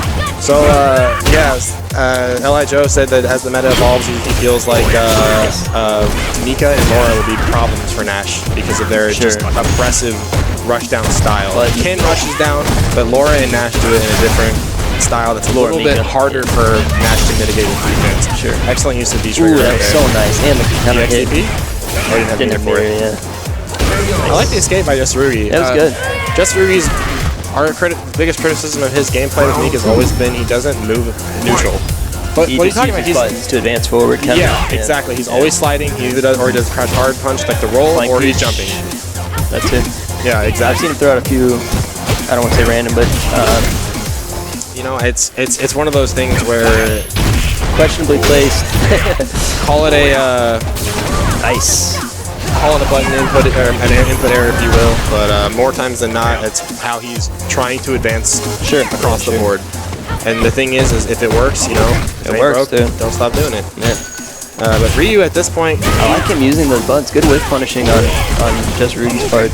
He's doing a little hop kick to kind of dissuade him, I think, from doing crouching medium kicks. I don't know what that button is trying to catch. But the thing is that Fire Team's not exactly. He's standing at a range where Ryu doesn't have a threat in the poke. Yeah. So he's basically standing outside Ryu's sweep range. Yeah, and that's just I'm just going to do it. I don't Pretty know what obvious. else is going on right now. The thing is, though, what's really important about the Mika matchup is you really need to keep control of your V trigger because V reversal is so important. You need you need the get off me button because our Mika, Laura, both characters that rely on the tick throw and then command grab, and then You're in the move then you're in trouble, right? So you really need to work on keeping that meter. And I think a lot of Ryu players fall in love too much with the sweep activation. Fight. It is. I think that kind of just develops bad habits, honestly. Because it looks like whenever you see a Ryu that's playing with V trigger loaded, it's like he's like clearly positioning himself for a sweep. You know what I mean? Right. But the thing is like that's the thing about Ryu sweepers in particular is you can't punish it hard enough to deter Ryu from doing it. Like that's the thing. I guess for with that forward you get like some FADC combo in Ultra or something like that. Which you would. Yeah. Which exactly you would. That's how you would make the punish opportunity, burning a resource to make that happen. Yeah, the range punishes are definitely strange because you usually answer a sweep with a sweep, and that's only dissuades people for so much. We're gonna see some solid damage here. Good stuff. Okay. I like Justin Rugi using these. Yeah, that was good. It would have been a really good read for Ryu to try to close that out with frame traps. Oh, that's it. That's when it gets dangerous. That's what we're talking about. That's when it gets dangerous. So one thing I try to do is the reversal that roll the shoulder because it's not. It looks like it should be punishable. It's just down hard punch, I believe. It varies so much in frame disadvantage at the space that he's at. So it's kind of hard to tell. I err on the side of caution. And Sure. Maybe I'll just kick this away from me right now. Yeah, Get the stun off and because like I said, right now it's relentless pressure. You know, he can just kind of keep doing it until he finds himself in that one square range. Ooh, big grabs. Yeah, Fire Team adjusting right there, saying, I know you like the feature, and now it's total mix-up right there. Yeah, sure. Oh, this is gonna be big. See, this is what you're talking about. This could be really dangerous. They didn't really capitalize, but no. And Justin Rugi, when he was exclusively maining Mika, he was not dropping those combos. things. He'd put you back in the corner and mess you up. Yeah, he puts you in that very standard Mika blender, but he's kind of split his attention between Mika and Jury. So things you kind of expect whenever players pick up pockets. You know, I see it in Rayshon all the time when he goes back and forth between the Kali and Balrog. Yeah. There's some Balrog sticks out in some places, some of the Kali sticks out during the Balrog matchup. So, but just comes with playing more, mix up. No, it's not a call, it's a fact of life. When you play more fighting games, you'll know. There it is. Wake up super. Booty bash. Booty bash. I really like the Ryu Ken mod where they're doing it. Like that sexy Ryu, like slap. And then but Ken's face, because Ken like winks at him and they do the wing pose. It's pretty good. I saw Maximilian stream the other day, and he was playing with mods. Did you see it? Like no, I saw the Twitch. The buff Ken. Oh no! Like he's shirt off. Shirt off outfit. It's sick looking. That's how it should be, man. Yeah. Wow. So that's Rugi. Takes one. Yep. And I mean, the thing is about all Mika players, I have to respect Mika players not for their character choice, but when they're in the game, because you can get blown up. Drop the hat. Doesn't matter. Oh, I see what you're saying. Yeah, they're just a very volatile, bursty character, and that brand of nuttiness. They commit to it too. That's what I'm saying. Yeah, that's why they're dangerous. Yeah, and it's. Wow, that would have worked in Street Fighter 4. That would have worked in Street Fighter 4. Banana.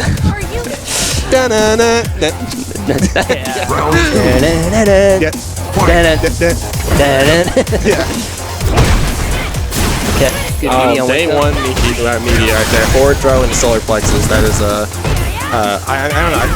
So Justin Rugi's playstyle is very glass cannon like. You saw he dominated that game too, but then absolutely got blown up here. So it's one of those things where sometimes it works. Man, when he knows that Fire Team's looking for that shimmy, he's doing that low grab. It's working out. Yeah. Okay. Grab. Good idea. Interesting. That was weird that there was no punish though. on that. Yeah. Okay, well, good stuff from Fire Team on that, but we did see some good signs alive from Just Rugi. Yeah, Just a little bit more polish on his punishes, and I think he was in there. And again, I think that definitely Jury. comes from splitting his efforts to jury. Sure. All right, I need cups and chachi, please. Up next, potato salad and Fire Team. You meant to rub up on his butt. Not at all. Shout outs to Cubs for holding down the commentary. He'll be up on stream now against Chachi. And joining me now on commentary, Mr. RTY. All right. So who we have next? Chachi and Cups. Okay, so Cups do. Go ahead. This was always a fun match to watch back in 4 because you had Chachi's explosive emotion coming into the game. Right. And you had Cups very kind of steel-willed. I'm going to put the hurt on you. And back in Street Fighter 4, when Cups had you in his game plan where he would get the counter hits and blow you up, you would just make the next, like, oh, you're going to throw them. No? Hold this. Yeah. So we're in Street Fighter 5, and we're going to see Ken versus Ryu. Man, Chachi has seen nothing but Shotos this the whole entire time. The blonde-haired Shoryuken master Ken. Oh, that's funny because that. Yeah, Samurai. I don't know what his guy. Yeah, he played Ken. Yeah. Wow. So he switched to Ryu, but yeah, he did play Ken. Wow. So this guy is going literally through the Ken gauntlet right now. I think Chachi played somebody else on stream. But anyway, we kind of touched on this match a little bit with Cubs, as I was. Ryu, I think, wins this matchup. When Ken gets in, he's got to make it count. That's all there is to it. And the thing is about this particular matchup, I just said it a couple times before.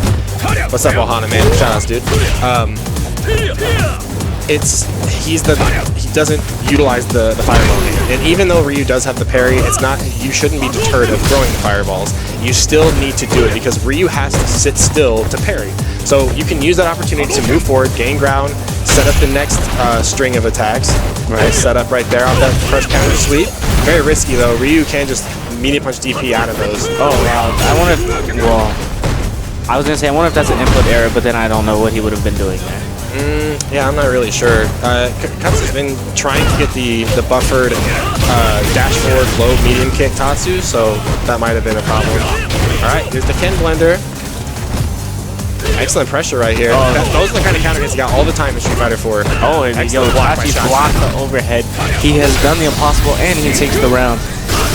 It's such a heartbreaker, man. All that work that Cups put in with like the movement and the all that, and then just classic Street Fighter, look forward fireball.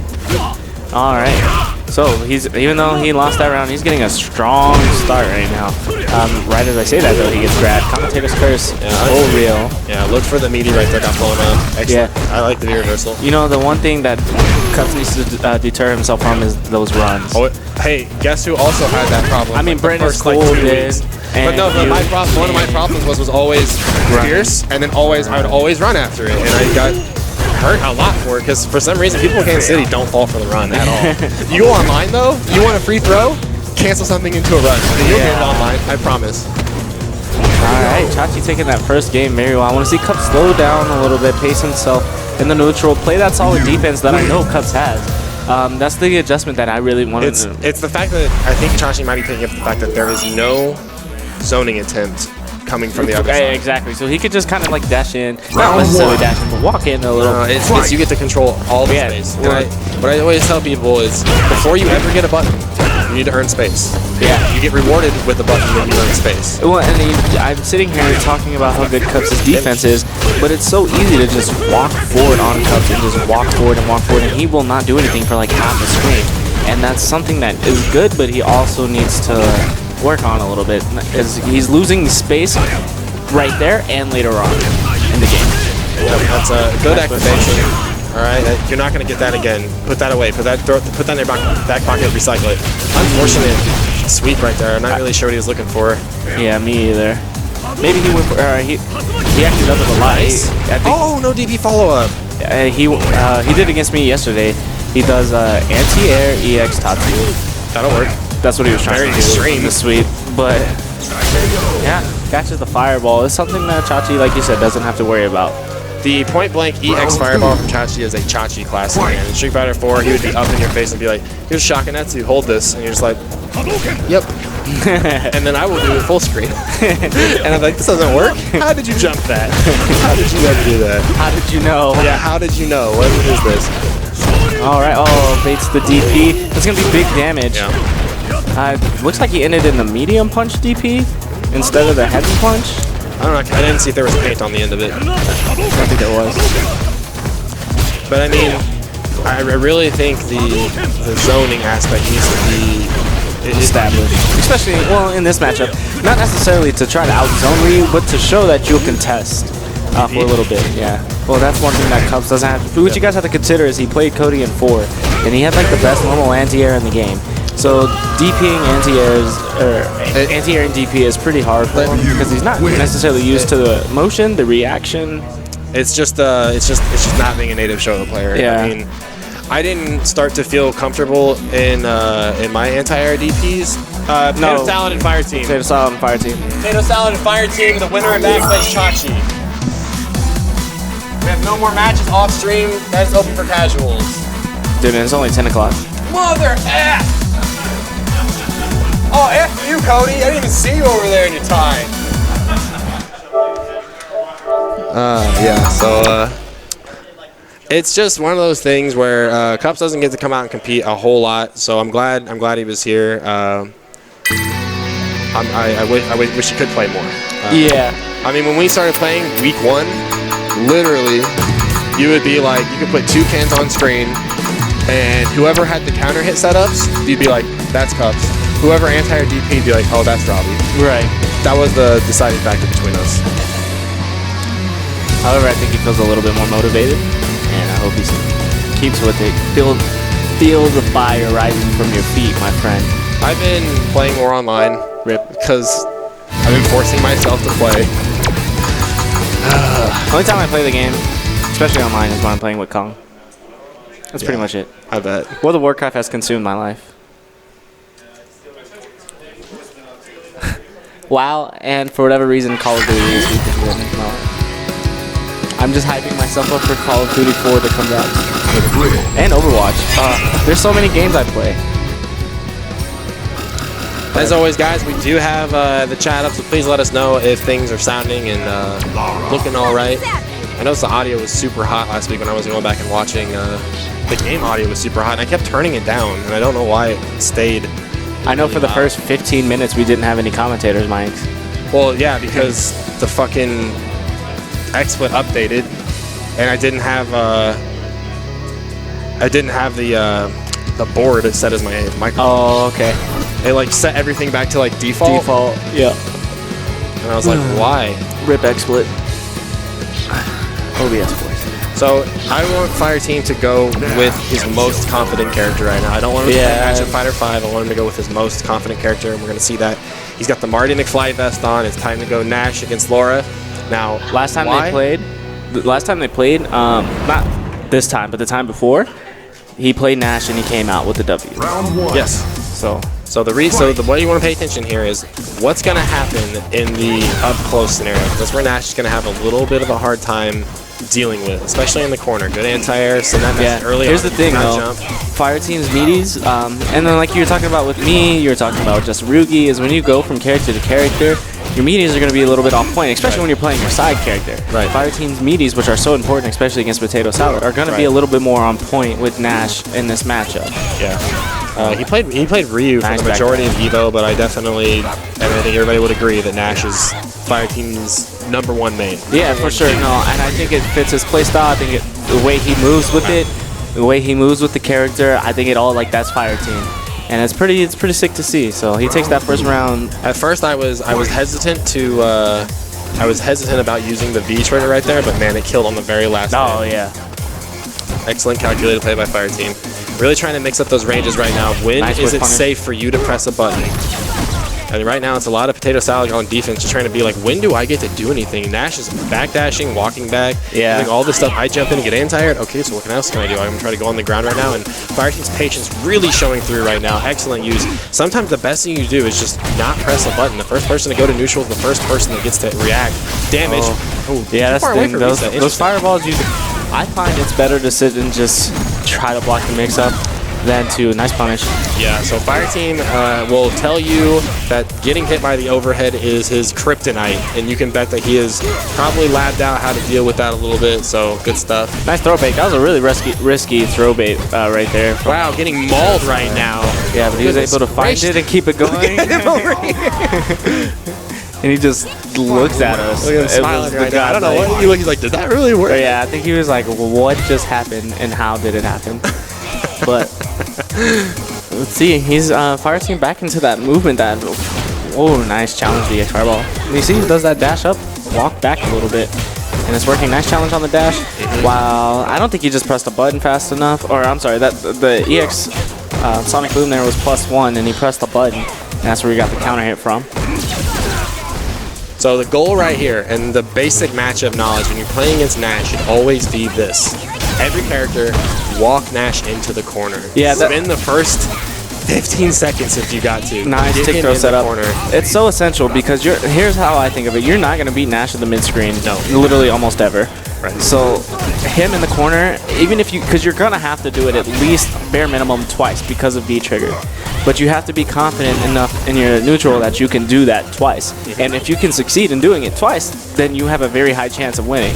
And Potato Salad is showing himself well in that. That's gonna. Oh, he should have just did super. I don't think he believed in it. Oh, wow, that was some rollback right there. Yo, not just over yet, super.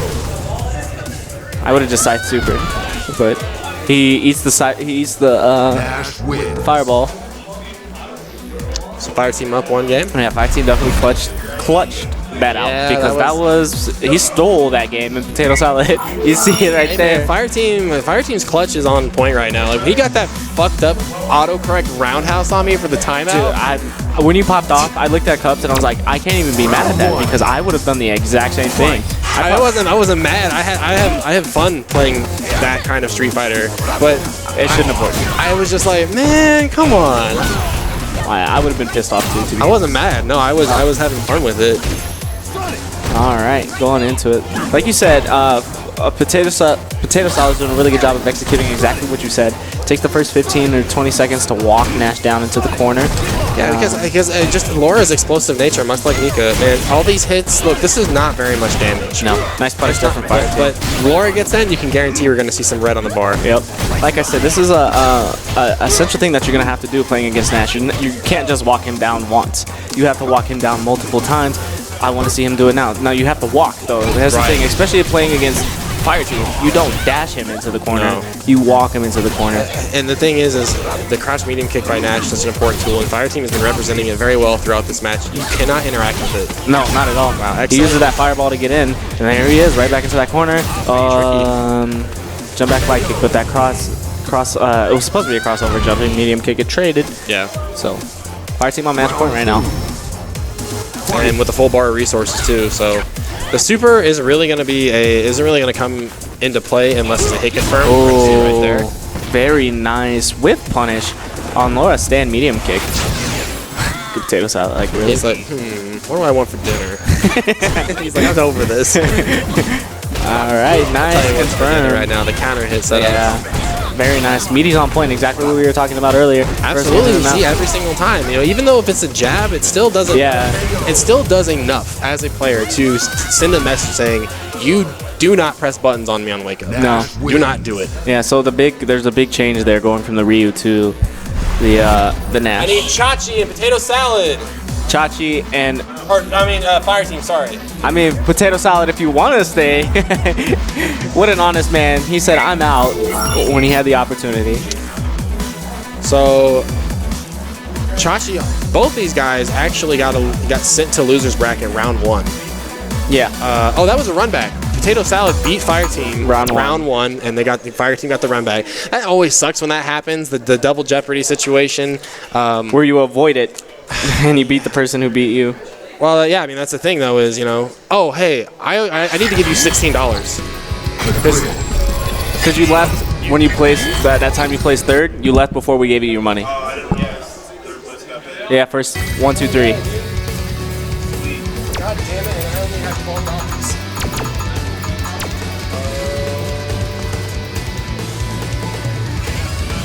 Damn.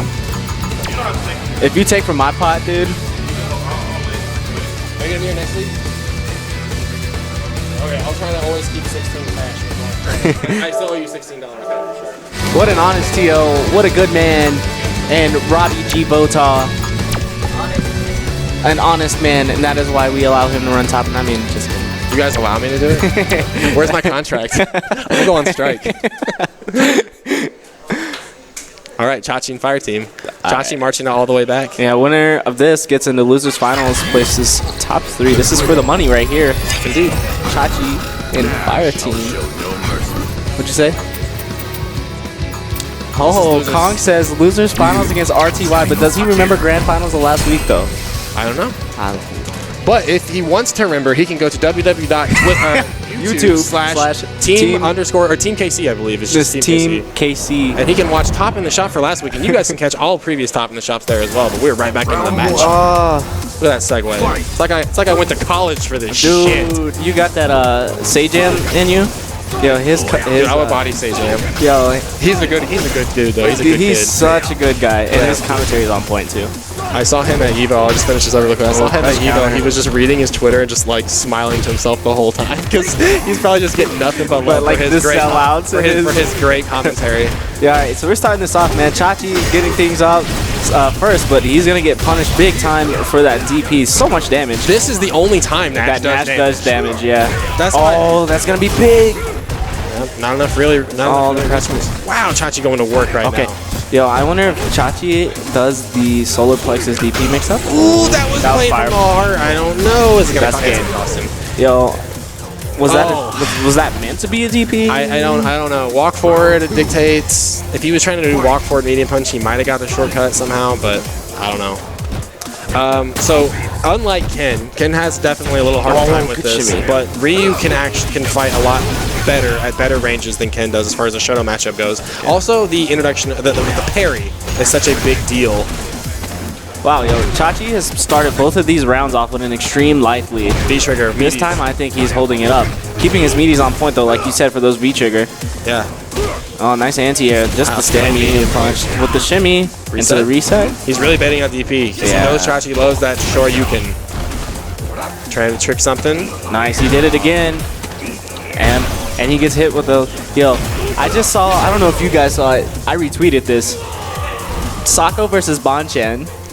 Bonchan hit Sako 7 throws in a row because Nash throw mix-up in the corner is a real thing.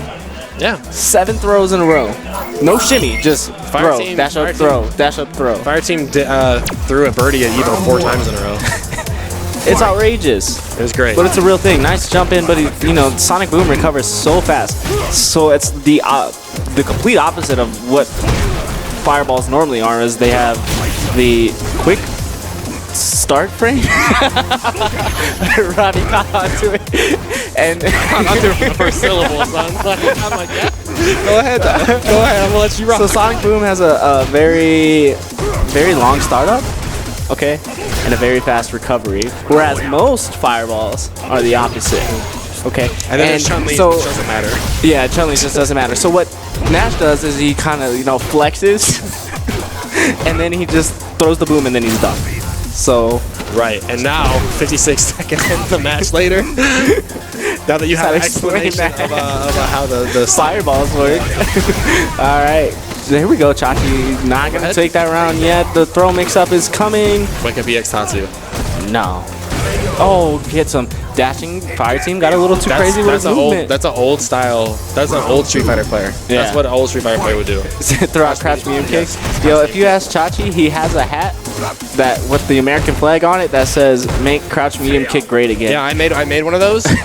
But like the text wouldn't let me. I tried make CRMK better again, and it wouldn't fit weird. On the website I was doing it. I was kind of upset, but yeah, that's one of the tools that Ryu actually has to make this matchup a little bit more favorable for him as opposed to Ken. Ken's got that very stubby crouch medium kick, but Ryu can actually kind of reach out and touch somebody. Yeah, and that's kind of like the only instance where Nash's crouch medium kick is not the best. And it's because Ryu's just has a little bit, obviously not as good as it was in 4, but it still has a little bit to it to outrange Nash's. Right. Nice confirm. It didn't necessarily outrange. It just gives Ryu the option to fight at a range not available to. Wow. Yeah, I think it's crazy to see rollbacks. What the hell? Is my PlayStation dying? No, dude. It might be after our match. Yeah. Like, what was that? I don't know. It's a lot of solar plexus, and then Fireteam throws after the solar plexus because Chachi's not doing anything. Oh man, excellent go for the overhead. Fireteam does have full super. Have to be careful. The fireballs. Next thing chips. Next thing chips. So here's a range. So what Chachi could do right here is he could react to a fireball with Kotatsu and kill Fireteam. To be honest, he can just do that.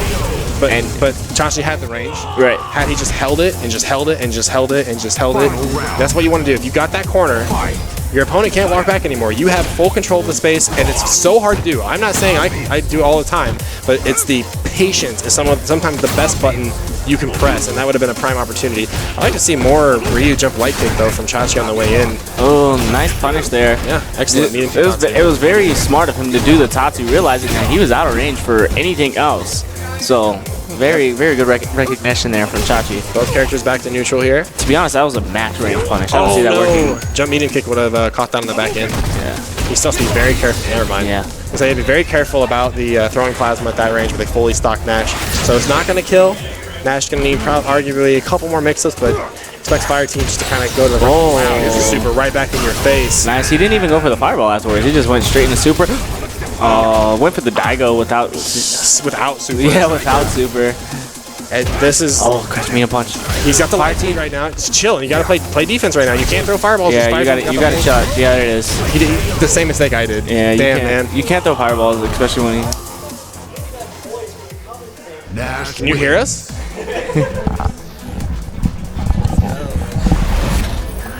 All right, Kong versus Ray Sean.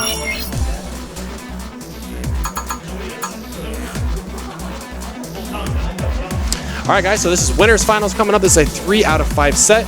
RTY back in winners finals for the second time in 2 weeks. Putting in that work. As much as he wants to say he is not playing this game, he definitely is.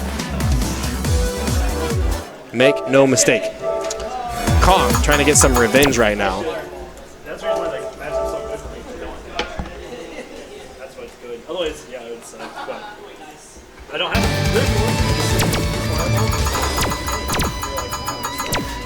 Can't hear Fireteam on stream right now, but he's talking exactly why the Shoto matchup is so excruciating for Shotos.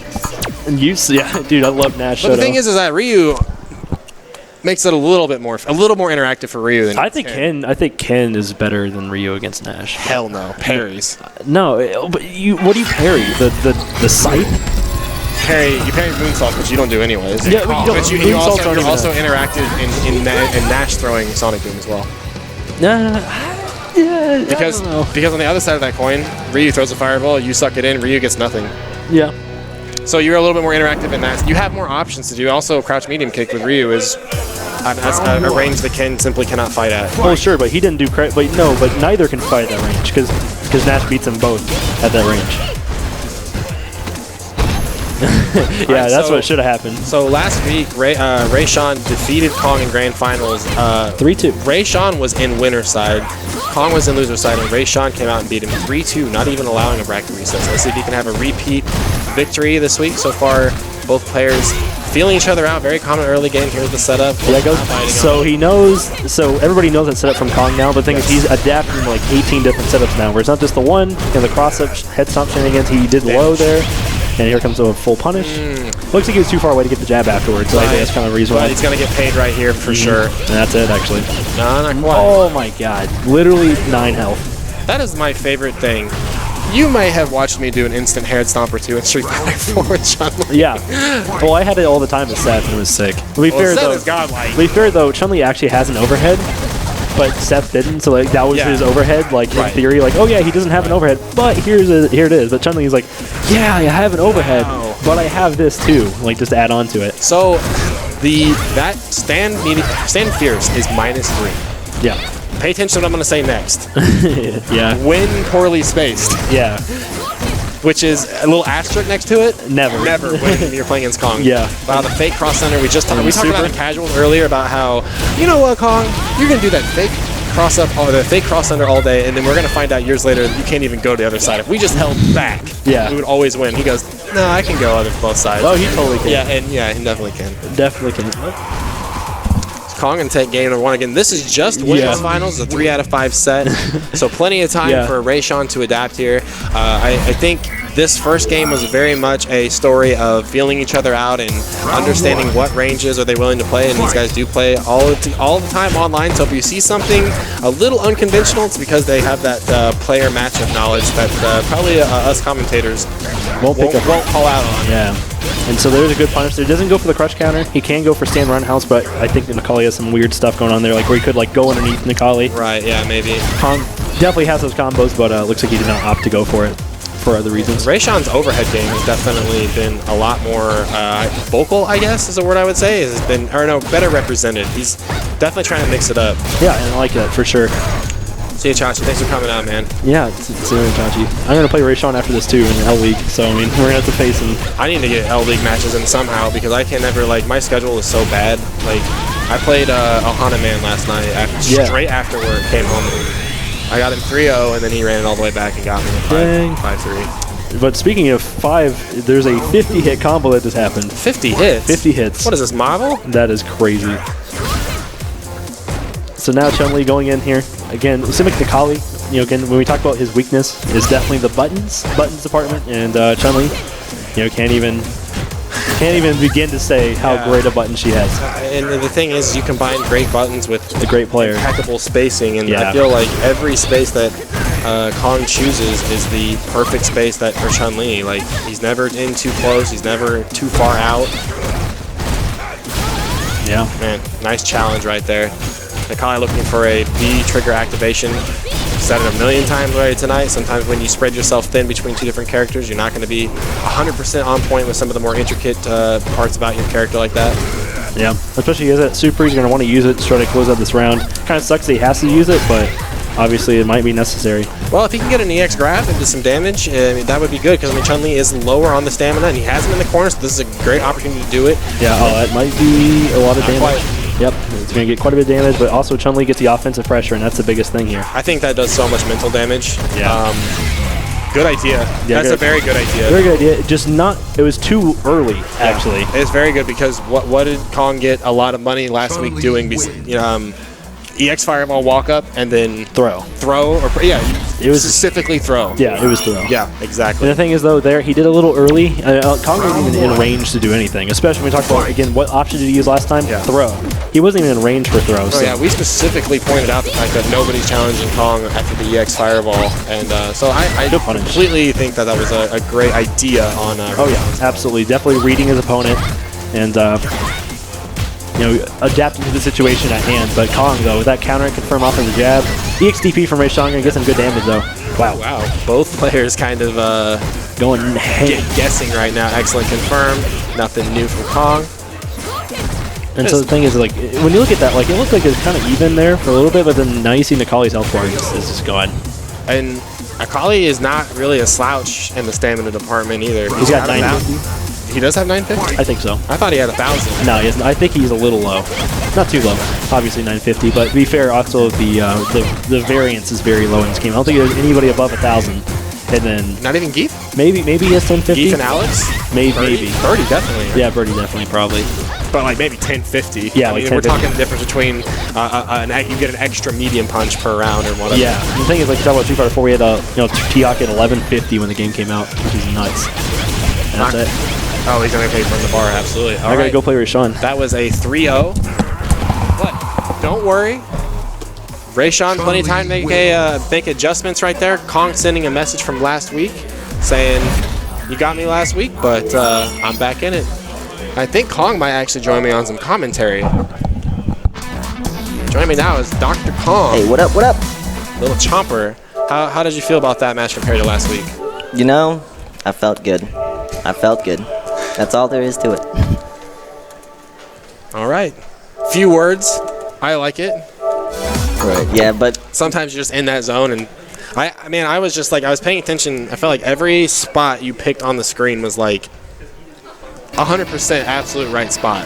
All right. Yeah. So that's the one thing that I've really been working on is getting in the right spot at the right time and being in that spot like 100%. Because, like, as you all know, I'm a Chun-Li player that likes to walk forward. Right.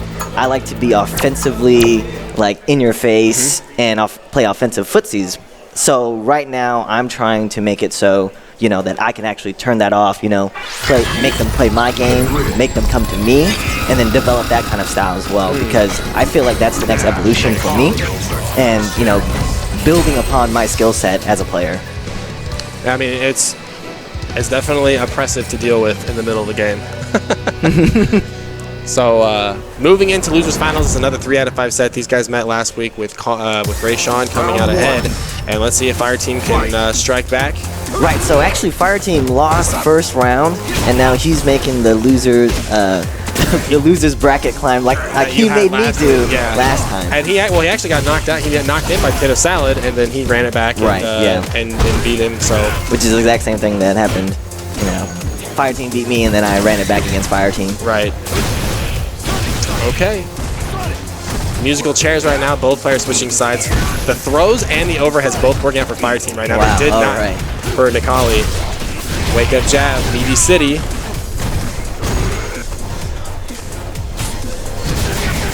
DP. Yes. Gets the right correct. All right. So even though, you know, Fireteam had that impressive series, he's actually down now. Yeah, I mean, Nikali he's got that big throw, but that is a man, the crush counter would have just killed outright had he just reacted to it. But I think he was a little maybe caught off guard. Like I didn't think you were gonna DP right there. Right. Yeah. He actually side switched and actually got the DP. I think he was wanting the command throw. But, you know, he didn't spend any resources that he would have got a cap anyway, so it doesn't really matter. Back to neutral here.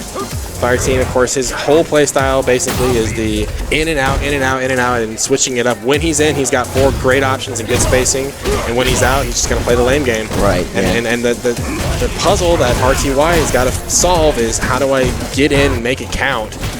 And he did it really well last week, but let's see what's been doing. He said he hasn't been playing the game, but no. He's been streaming off of a new account. He's trying to get like a second account like Platinum or something. Oh, all right. Yeah. No. When I say I don't play the game, I'm playing Dwarf Fortress and Dark Souls like all week, so I guarantee it. Dude, I'm so excited. Did you see the new expansion for Dark Souls 3? Oh, yeah. Ashes of something. Yeah, something. No, it looks awesome. I know. I love all the Dark Souls games. Me too. Right. I always thought it would be so tight if there was a beat 'em up of Dark Souls, right? Like think about all the Street Fighter characters. So instead of weapons, you just had movesets. Right. Yeah. You know, like I don't know. Oh yeah, dude. There's did you check out the Dark Souls board games, which is almost like that, where you have I've seen the fan-made ones that are all like made out of like wood and stuff. Right, but this one's actually on Kickstarter and actually got funded. It's actually pretty cool. A buddy of mine's picking it up, and so you actually fight the bosses, and it's really cool. Like the AI deck is, the AI is made out of a deck. Yeah. And then so you pick up the random cards, you know, you can kind of actually see and interact. Yeah, exactly. That's awesome. It's Dark Souls 1, isn't it? No, Dark Souls 3. Oh, it is 3. Okay, the one I saw was like Dark Souls 1. It was like Tauros Demon and things like that. Oh no, there's like the dancer and what else is there? Damage. Man, probably the most touched on point all night that we talked about, especially between these two players, is Fireteam obviously has a Nash, but he has a very competent Ryu. Nikali has Ray Sean has a very competent Nikali, and he also has Balrog. And you can kind of see these situations come out where they're not like they're not 100%. You did a Balrog thing, but you're in V trigger as Nikali, or you did a Nash thing, but you are playing Ryu right now. Right. Yeah. Good damage to start things off. Very interesting. The hit confirm combo evolved from Nikali incorporating the ground pound, and the idea of you need to get V trigger as fast as possible. He's the best character in the game. Absolutely. All right. So this actually might be where Ray Sean actually takes it back. Yep. Because I feel like they both are very momentum-based players, but you know, Fireteam, he can easily shake it off. Yeah. It's not done yet. Wow, the second time, both these rounds have started out exactly the exact same, just without the EX slash. That overhead, man. Yep. Like, I don't know. I know it's -4, and I know I can punish it. I just can't. Oh my god, the online. Now, Fireteam has got quite the hill in front of him, and you always want that super to do more damage, and it just, you just look at it, and then, like, if I'm Rayshawn and I'm like, I don't care. Right, yeah. Like, it did, like, almost a quarter of a bar. Yeah. Maybe. Alright, so 1-1. The thing about Nash is that he's such a pick-at-you style. It's a battle of attrition, and it can wear you down, but if you can weather that storm, it's really hard for Nash to come back as well without doing something. Without a crush counter. Yeah, without a crush counter or doing like, big shimmy into super combo. Yeah, I had 2 timeouts. I tried. Yeah, that stand roundhouse when you're behind him. I was like, hitbox or hurtbox. Yeah. Oh well. That's been my strategy as Nash. I just try to. I don't know. Try to make basically that war of attrition and make it count. Right. Yeah. And I saw you were doing like a bunch of EX Tatsu or Air Tatsu. And the thing is he was doing a move that just happened to move out of it. Yeah. So and you're like, you hate to see that happen. Rip. rip. And then word of Chris Becco. In the word of the Chris Becco, the fire team, the buzzsaw, chop the hair down a little bit. You guys have seen each other in a top 3 scenario so often since Street Fighter V has come out that the tournament nerves have got to be out the window at this point. Right now, just the overall style of Fireteam, the very runaway, I'm going to hit you, probably the #1 thing that will ever tilt players not used to that kind of play style. Like, if you've ever played against a Guile in like Street Fighter 2 or something where they're just walk back and just Sonic Boom and then crash hard punch you on the way I've had the pleasure of playing Dominion. Oh yeah. Oh my gosh. Yeah, perfect example. Oh my gosh. The only difference is that the Dominion could then run in on you and just beat you. Yeah. That made me want to cry. All right, excellent confirmed. Not going to kill, going to put Nash at about 10%. Right. And he's not going to get a setup. Maybe he should do big trigger. Oh, but he didn't quick rise. Oh, wow. And I thought we were going to see the stand light kick.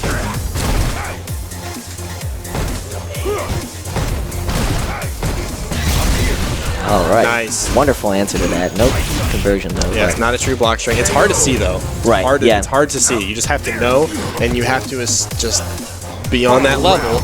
Much like the Evil Ryu axe kicks, where most of the times you were just better off barring on the, or err on the side of caution. Nice challenge by Rayshawn. I actually think that I've been experimenting with it, but I think you can actually jump OS both of them. And then so if he does the medium kick one or the light kick one. Oh yeah, because there's a big enough gap between it. Yeah. Interesting. But Probably. I haven't been in the lab about that yet. I should. I'll put it on my online Chun-Li notebook. In your novel that you're putting together? Yeah, exactly. For TLDR, just air legs. TLDR. Oh man, taking a chapter out of your book right there with the cross under. Oh yeah, I am 1 point behind on the score, by the way. It is, yeah, it is 3-1, right? Or that went in a 3-1 set. So Rayshawn will get 3rd tonight. Let me update the score. I am a little bit behind for you guys here. But so good stuff to Rayshawn. I'm seeing back-to-back with top 3 finished. Last week he did win top in the shop, so good stuff to Rayshawn. That just goes to show you how close the competition is here in Kansas City as far as our little corner of the fighting game scene goes. Is you can take the top 8 from tonight and you can shuffle it up however you want, and you run that tournament 100 times, you're probably going to see a different top 8.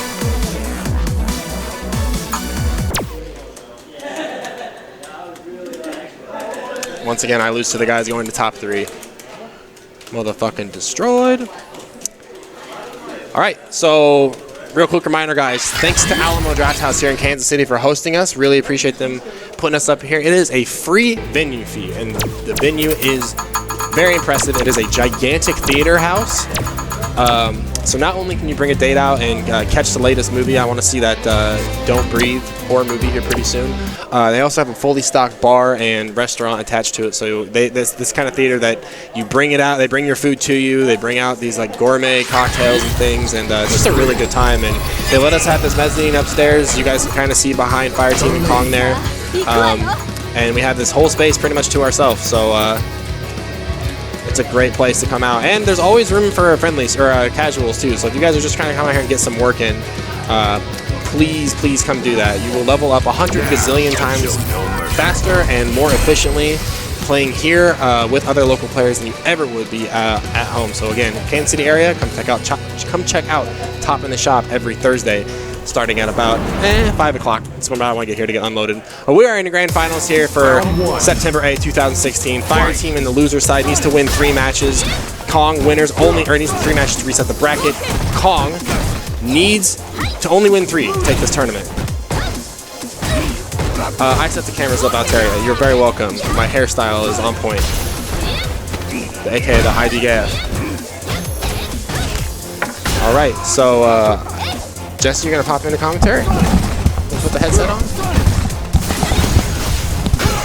Nice sweep right there. Challenge that forward movement. So, I mean, really the story of this matchup basically comes down to how can both of these characters manage their projectile spacing, because Chun-Li is arguably one of the best projectile games or projectile plans in the entire game. It's why she's so good. And Nash can answer, and excellent use of the V skill right there. Just get over the top. Kong kind of mixed up right there. Wasn't really sure what was going on. I think it's one of his very few mistakes that he makes. Yeah, it's one of those things where it takes a player like Fireteam to not only get that mistake by Kong, but to make it count when he does get it. Kong's very good about covering up when he does make a mistake to put himself in a situation where it's less drastic. And so, as you guys heard earlier with Kong on the mic, he said the thing he's been focusing on his evolution as a player is always being, like 100% of the time, at the right spacing for everything he's doing. So really pay attention where he's on screen right now. He's got a great life lead right now on Nash. Activate. Great damage. So but you take those rare mistakes out and you see matches like that. Fire Team with that notorious Nash kind of walk in, walk out, Sonic scythe, catch you walking forward and you catch it in the mouth. Yeah, excellent. With a super like that, and as Rayshawn so eloquently put it earlier, it has some of the longest startup time in the game as far as projectiles are concerned. So very, dare I say, easy to react to anti-fireball tech like that. Man, Kong says, I gotta stand around the house for you on my own, and that is exactly the use for the air legs right there. It is basically a dive kick, so you get your opponent scared of the throw, they think you're gonna throw, air legs, because airborne, can't be thrown, blah, blah, blah, hard to react to, score some damage. Kong's gonna take game number 1. And even though you can crouching jab the air legs, a lot of times in that amount of pressure, you're not going to do it. Oh, it's so hard. It's so hard to react to. Yeah, absolutely. The Necalli player played against the Evo, who got top 32. He lost to Filipino man Chun-Li. He beat Sako, but he lost to Filipino man Chun-Li. And I said, well, how does that happen? I mean, Filipino man is an excellent player, but I said, how does that happen? That's Sako. And he goes, I can't. He's like, I can't react to air legs. I just can't do it. I was like, okay, fair enough. I'm not gonna hold you accountable for that. It's very difficult. Spacing, as you said, pressure, all that stuff involved makes it very difficult. Right now, Fire Team though has Chun-Li down below half, playing this very frustrating keep away game. Kong finds a way in, goes for that meaty jab, trying to deter Nash's use of the V reversal. So as soon as Fire Team finds a neutral, oh, there it was! That was so godlike. That's going in the going in the fucking highlight reel. Wow. Okay, so their hearts are beating right now. I mean, that was a rare drop. Kong dropped that or whatever, and oh, did you see it? He got this to stop the trigger. Oh, Jesus wept. That hitbox is crazy. This game sucks ass. Oh man, good stuff. But that was not an accident. I mean, Kong knew exactly what he was looking for right there. I think every week Kong has something he's like, I'm gonna see if I can try this. Oh yeah, absolutely. That's one of the most impressive parts about Kong is the fact that he's easily, as far as players are concerned in the city, in the upper echelon, if not the best player that Kansas City has. And the thing is, I've yet not seen him plateau ever, as far as Kansas City is concerned. He's one of the most consistent players I've ever seen, and I've been seeing him play since 2009. Yeah. I'll be okay with Chun-Li wins. So Kong, now up to tournament point. Round 1. Fight. Straight into it. Said, man, it's so hard. Like, even though Fireteam is so very commanding of the keep away game, Kong is picking the perfect points on screen of when to attack and when to defend, and he's always at an advantage. He always has an answer and always has an opportunity to strike back. But right now, Fireteam keeping up very well so far, using that Sonic Boom as cover, trying to get in. Kong not having it to turn with the jabs and Sonic Sight. That's going to be safe. Only -2. Not much he can do. The classic online is Chun-Li, which is EX legs and EX bird kick. Oh, missed. Wow, both players are in a little bit of a scramble situation right now. A couple missed inputs from both sides. Chun-Li looking to confirm right now. Kong got multiple ways to get it into it. There it is, crouch medium kick, full damage. It's gonna kill. Just when you think, man. I was certain that it wasn't gonna be close enough to kill. Round 2. Kong knows how much damage everything does. He chooses his combos very wisely.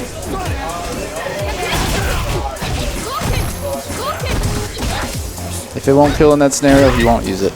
Yeah, I mean, pretty much. There's rare instances. I don't think I've ever seen Kong autopilot. Just go like, oh yeah, just gonna go into this combo and do it because that's all I know how to do.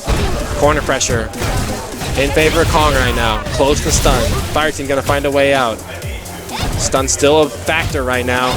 Kong making it count and finds a back fierce crouch or back fierce crush counter, and that is gonna do it for the tournament. Kong rising up. 2 weeks in a row. Get that top 3. Top 2. Yeah, sure. Maybe Kong will want to come over and talk to us. But anyways, good stuff this tournament this week, guys. We have 14 people come out. Let me update the brackets really quick. I'm back. What's up, Kong? Congrats. Thank you. You look sharp this week. Last week it was kind of a little dull.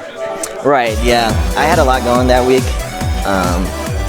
Had my first test. Yeah, because school is back in session. Yeah. And Kong is not just taking your English 101 classes. He is yeah, third-year medical school. What are you, like some sort of like brain rocket science surgeon or something? I don't know. All right, guys. So here's your top 8 for this week. Kong, first place. Fireteam, second place. Ray Sean. This was your top 3 last week, and it was shuffled in a completely different order. So really, kind of a testament to how close Kansas City is. Love you, Caps. So Kong, Fireteam, third place Ray Sean RTY, fourth place Chachi, fifth place Cups, sixth place Potato Salad, seventh place Samurai Urkel, and eighth place Jess Ruby. So shout outs to everybody coming out tonight. Again, we had looks like a 14-man bracket tonight. So glad guys came out. Glad guys got some matches in for Street Fighter 5. See you, Dick. See you, dude. Round 1. 360 stand. Fight. Hey, I'll bring a 360 next week with Marvel. I mean, I'm bringing it next time. I didn't bring it this time. I don't have Shuma or Jill. Nobody will probably play. That's actually Shuma's all right though. So yeah, anyway, that's gonna wrap up Top in the Shop this week, guys. We're going to run some casuals. We're here till 11:30 tonight at Alamo, so we got to be all packed up and off to bed. So anyways, thanks again for watching. Thanks to Cups, Ray Sean, Fireteam, Kong, and Just Ruby there at the end, lending their talents to commentary. Always appreciate you guys watching. Thanks for the follows, guys. We keep track of your emails all night. Appreciate that as well. And we'll be back again next week here at Alamo Draft House. Kong, got any parting words? Just keep playing, you know. Always keep thinking about the game.